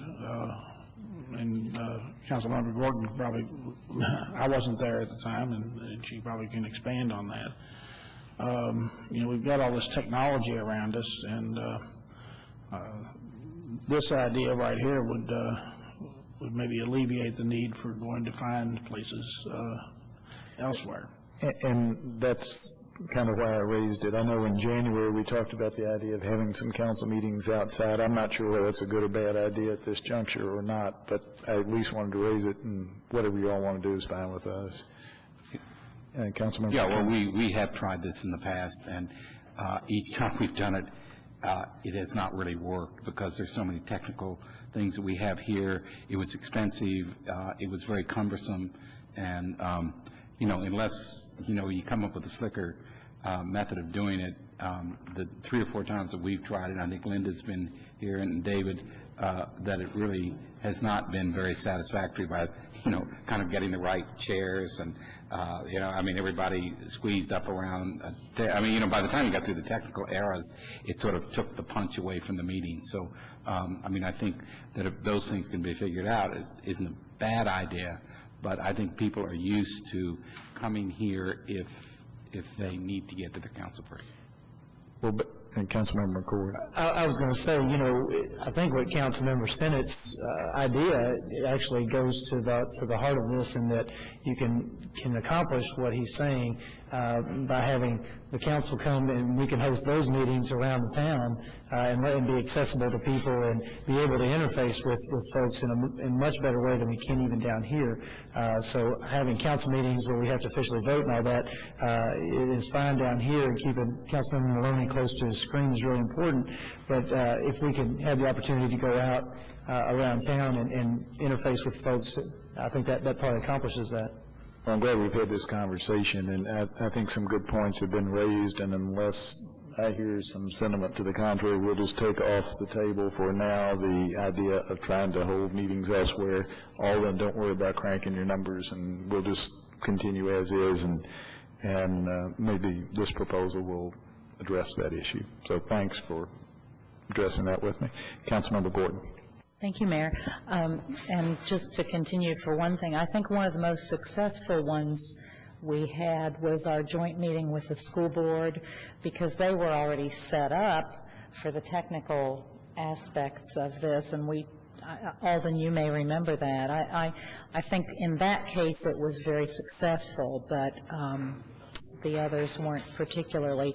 I wanted to ask Councilmember Stennett if this is the equivalent of, you've come up with an idea while the mayor was doing his neighborhood summit. Is this like coming up with an idea during a Sunday sermon, or different from your mind getting creative there? See, you've stimulated something. Well, I think in all honesty, when the constituent stood up during the opening ceremony and says, I can never access council members, there's some questions I'd like to ask while the meeting's going on. How do I do that? Obviously, I think we've set up an email where they can email into while we're having our meeting, but again, we can't have dialogue back and forth, and that's when the process started. Good. Based on that one question. Great. Just real quickly, I wanted to go back and revisit our trip this morning to the Energy Star home, which was the home of excellence for the home builders. I know I learned a lot, and I wanted to thank Todd Johnson for putting that together for us.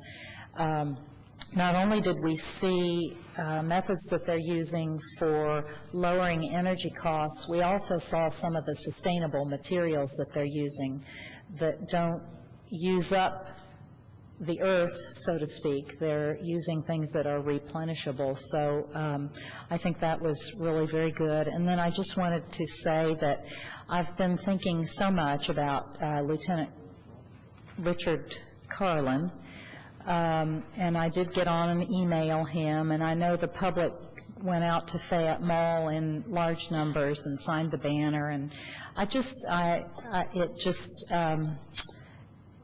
his accident just highlights, with our police and our fire, how every day you go out and you just never know what kind of situation will be out there. So I know that many of us continue to think of him. Thank you. Councilmember Blevins. Thank you, Mayor. I would like to echo Councilmember Stennett's comments about the conservation easement. It's a great idea we need to pursue to its full extent. And to remind council members that we have our next meeting on the private property task force, which is looking at the same problem from the sanitary sewer side of things, but also trying to look at the stormwater while we're at it. And this is one of several ideas in that task force. So I invite you guys to join us. That meeting's Thursday at 10 o'clock out at the Town Branch Waste Treatment Plant. Second thing I have is to move approval of this week's Neighborhood Development Fund lists. Have a motion and second. Any discussion? Those in favor, please vote aye. Opposed, no. Motion carries. Thank you, Mayor. That's all I had. Councilmember Blues. Thank you, Mayor. I've got a few neighborhood association meetings to announce, and I really want to encourage folks in the neighborhoods to come out to the neighborhood association meetings. We have neighborhood association officers and volunteers and people who give of their time, who are really committed to and interested in making their neighborhoods better, and they need the support of all of us. I know everybody's busy, and an evening away from home sometimes is a task to undertake, but it's worth it. The neighborhoods need support, and I encourage you to join in. Tonight, there's a meeting of the Historic Woodward Heights Association. They'll be meeting at 6 p.m. at the building, and I can't remember the name of it now, but it's a commercial building at the corner of Marino and Maxwell on the southeast corner, easy to find. Thursday night, the 18th of October, South End Park Neighborhood Association meets at 6 p.m. at the Carver Center on Patterson Street, and the same evening, McConnell's Trace annual neighborhood meeting. That's October the 18th, 7 p.m. at the Bracktown Baptist Church. And then next Monday, the 22nd, the Oakwood Neighborhood Association meets at 7 p.m. in the Park Community Center, and the Radcliffe Marlboro Neighborhood Association also at 7 p.m. in the Northside Library. Thank you, Mayor. Thank you. Councilmember James. Thank you, Mayor. I have a neighborhood meeting to announce. The William Wells Brown Neighborhood Association, which traditionally meets at the Charles Young Center, does not traditionally meet there, but will be meeting there. Usually they meet at the Brenda Cowan Coalition on Chestnut. They're going to be meeting at Charles Young Center on Thursday at 6:30. So it's a change of location, but the same time. That's the William Wells Brown neighborhood. Also, I have been asked, as well as I believe Vice Mayor Gray, to participate in a Black elected officials political forum to be held at the UK Student Center in the small ballroom. That's tomorrow, October the 17th, from 6 to 8 p.m. So come and participate or listen to that discussion. And I had a couple of questions that I wanted to ask. I'm not too sure, and I wondered if you could help me, Mayor. With regards to the Shelbourne Plaza, and I don't know if I can even talk about this, it went to the Planning Commission. We had originally approved an IRB and some tax abatement for this project, and I read in the paper to where this went to Planning Commission for some changes last week, and I wondered what the procedure is now that their plan has changed. Do we have an opportunity to reevaluate that bond issuance, and when will it be coming back to council? Yes is the answer to your question about will we have an opportunity to reevaluate it, and I'm not sure about when it will be coming back, but we became aware of the fact that there were going to be some material changes in the proposed project, and when we heard that, we advised them that it would be our expectation to come back to the council if they wanted to pursue IRB funding again. So we will have an opportunity to revisit that, but I'm not sure when. Okay. If anybody, yes, I'm sorry, go ahead. Sure. Councilmember James, I had a long conversation with Joe Kelly about this, and what he felt confident in that he told me is that with that development plan which changed, which won't come to us for approval or anything, that he felt that this was now off the table, and that if they wanted to come back, it will be something very different. Okay. So I feel very comfortable that now what we approved earlier is off the table. Okay. Thank you for that. Speaking of Joe Kelly, is he still around? And Mayor, maybe you can answer this, but I'm curious how grievances are handled, and wondered at some point if that could be presented before council and explained to us when an employee has a grievance, who's handling those, what's the process? Are you welcome back, Mr. Kelly. And just to be clear, you're talking about grievances with employees subject to the collective bargaining agreement, or yes. Agreements, or other types of grievances? Yes. Both? Grievances, period. Okay. There are two different, at least two, maybe several different processes. But okay. Mr. I Kelly. guess a brief on all, or if you would like to, I don't know, you could even give. Forgive me, I left 12 when we were talking about Shelbourne. Oh, okay. And I think we're here. Talking about something totally different now. Yeah, there's no TV on the elevator yet. Okay. So. Well, I had received a request regarding, or a question regarding grievances, and I don't know the process of grievances of employees of government. And I would like to know if that can be shared information with me, and maybe other council members have questions. I'm not sure. Okay, some are nodding yes, some are nodding no.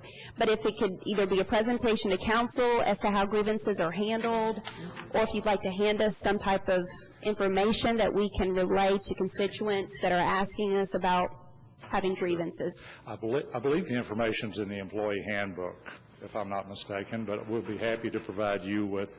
Then a presentation may be more appropriate, because there may be some confusion with the way that it's worded. Sometimes words don't tell the full story. Sure, absolutely. Be happy to do that. Thank you very much. Was there a question about Shelbourne that? Linda Gordon answered it for us. Did you? Thank you. I think the question generally was, given the change in the project, what's the status of the bonds that we previously approved here, and where we left it was that's off the table at this stage of the game. If they want to come back, which they may or may not do, it would be subject to an entirely new review. And I don't know if anything else needs to be said, but that's essentially what the council did, simply enabled them to go forward to the state to continue the process of seeking some abatements associated with the project. But given the fact that they had their anchor tenant pull out shortly after y'all enacted the tax abatements that we had asked you to do, they had to change the scope of the project, particularly the commercial retail piece of it. And so it's a material change that had to go back through the planning process. And so what action you took is no longer applicable.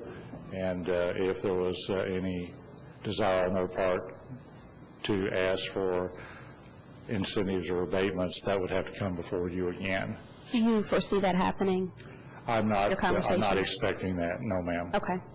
Thank you. You're Thank welcome. you, Joe. And my last question, Mayor, has to do with the health insurance. And I used to work in health insurance a little bit, so I'm a bit familiar with open enrollment periods and making sure that we meet that open enrollment time period. There's usually a date by which you have to sign up for a policy.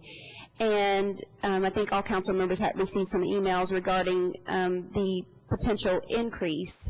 And I wanted to see if someone from Human Resources would be able to officially address with us whether there's going to be a substantial increase in the health insurance. And if that's foreseen, then I think that's something that we need to have that proposal as quickly as possible so that we're able to figure out what we're going to do before the end of the open enrollment period, so that we as council members are not stuck making a quick decision because we don't want our employees to be without health insurance. So I don't know who needs to come forward or in what method or how we need to have it, but I'm feeling uneasy because of the emails.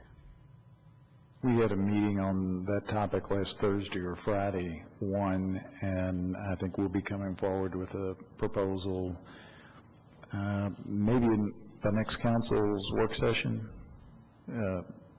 Commissioner Coe seems to think that timetable is feasible, so we ought to be in a position to make a definitive proposal to you then. Thank you, Mayor. Mm-hmm. Councilmember Stevens. Thank you. I have to hurry because I have to get home to dog sit so my wife can come to the dog meeting. And Annie's expecting me, but she could have brought a dog. Pardon? You can bring your dog. Oh, you can? Well, she'd probably add to the intellectual composition of the group, I think. She's pretty smart. But I'll make that announcement tonight. I'll let Annie speak for herself. But some of us are a little anxious about water, not water coming out of the sky or water that's going to our wastewater treatment plant or other waters, but our potable water system that we've been talking about here in Lexington and central Kentucky. And so I've asked, on behalf of some of the other council people, I asked the mayor if he would provide us with a little update on that next week so we can all exchange our ideas and answer questions, and he said he'd be happy to do so. So next week we'll be covering that issue.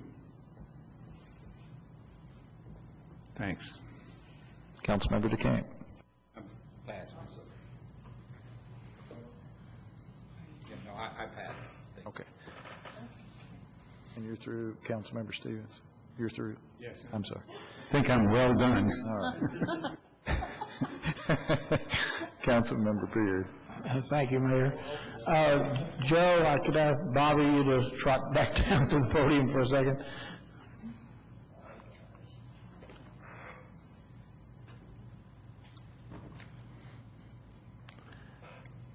You had mentioned the loss of an anchor tenant, and I think we need to know at some point why they pulled out. I don't have an answer for that. Well, I know you probably don't now, but I think we need to pursue it because, it may, without knowing the reasons, it may taint other projects when the word just out on the street. And, or was it because of delays? I mean, it may be some simple answer like that they're cutting back on their own expansions or whatever, but it just would be nice to know so that we can be forearmed. Yes, sir. I don't think it had anything to do with the project itself. I think it probably was the latter. It was just a business decision on their part, given where perhaps they saw the economy at this time. So Well, maybe Harold could talk to Guy Tatino and pry that out of him. I'd just kind of like to know it, I'm sure. Yes, sir. We may not like the answer, but still would be like to know. Sure, absolutely. I would also just like to correct something I said earlier. You asked me about the downtown streetscape sidewalk project, and I think I said High to 3rd. It's actually High to Bar Street. Okay. High to Bar and from Midland to Newtown. Mm-hmm. So I'm sorry I misspoke. That's fine. Thank you. Yes, sir. Councilmember Maloney. Mayor, I've been getting a lot of phone calls on this Montana girl, whoever that is. And I remember when I was 20 years ago, when we had some big concerts at Rupp Arena, we used to have tickets go on sale Saturday where everybody would either get in line and go through the process to get the tickets. Now I hear the tickets are sold out in 5 minutes, and 90% of them I've been hearing, this is to the great, that they're scalpers, and the tickets are going for $3,600. And to me, I think it's pretty sad the kids don't get, I don't understand why we can't go back the way it was back 20 years ago, where everybody got in line and got the tickets. And it was really a fair system, I think. It may not be a perfect system, but it seems like it's a lot better than these tickets being sold out in 5 minutes. And when the majority of these tickets are going out of state and they're being put on eBay and being sold for a lot of money, and when you got a lot of kids around here that don't get to see this concert, really concerns me on how that would done. And I don't know if, I'm assuming everybody on this council is getting the same kind of phone calls that I'm getting on this concert. Well, that's too bad. Y'all must not have no kids in your district, but I got them all. But I think, to me, I think this system did not work the way it should have been working, I think. But I still don't know who this concert, this girl is, but I still think there should be a better way to do this than having scalpers getting tickets. The ticket distribution policy for the Hannah Montana concert has not come across my desk yet.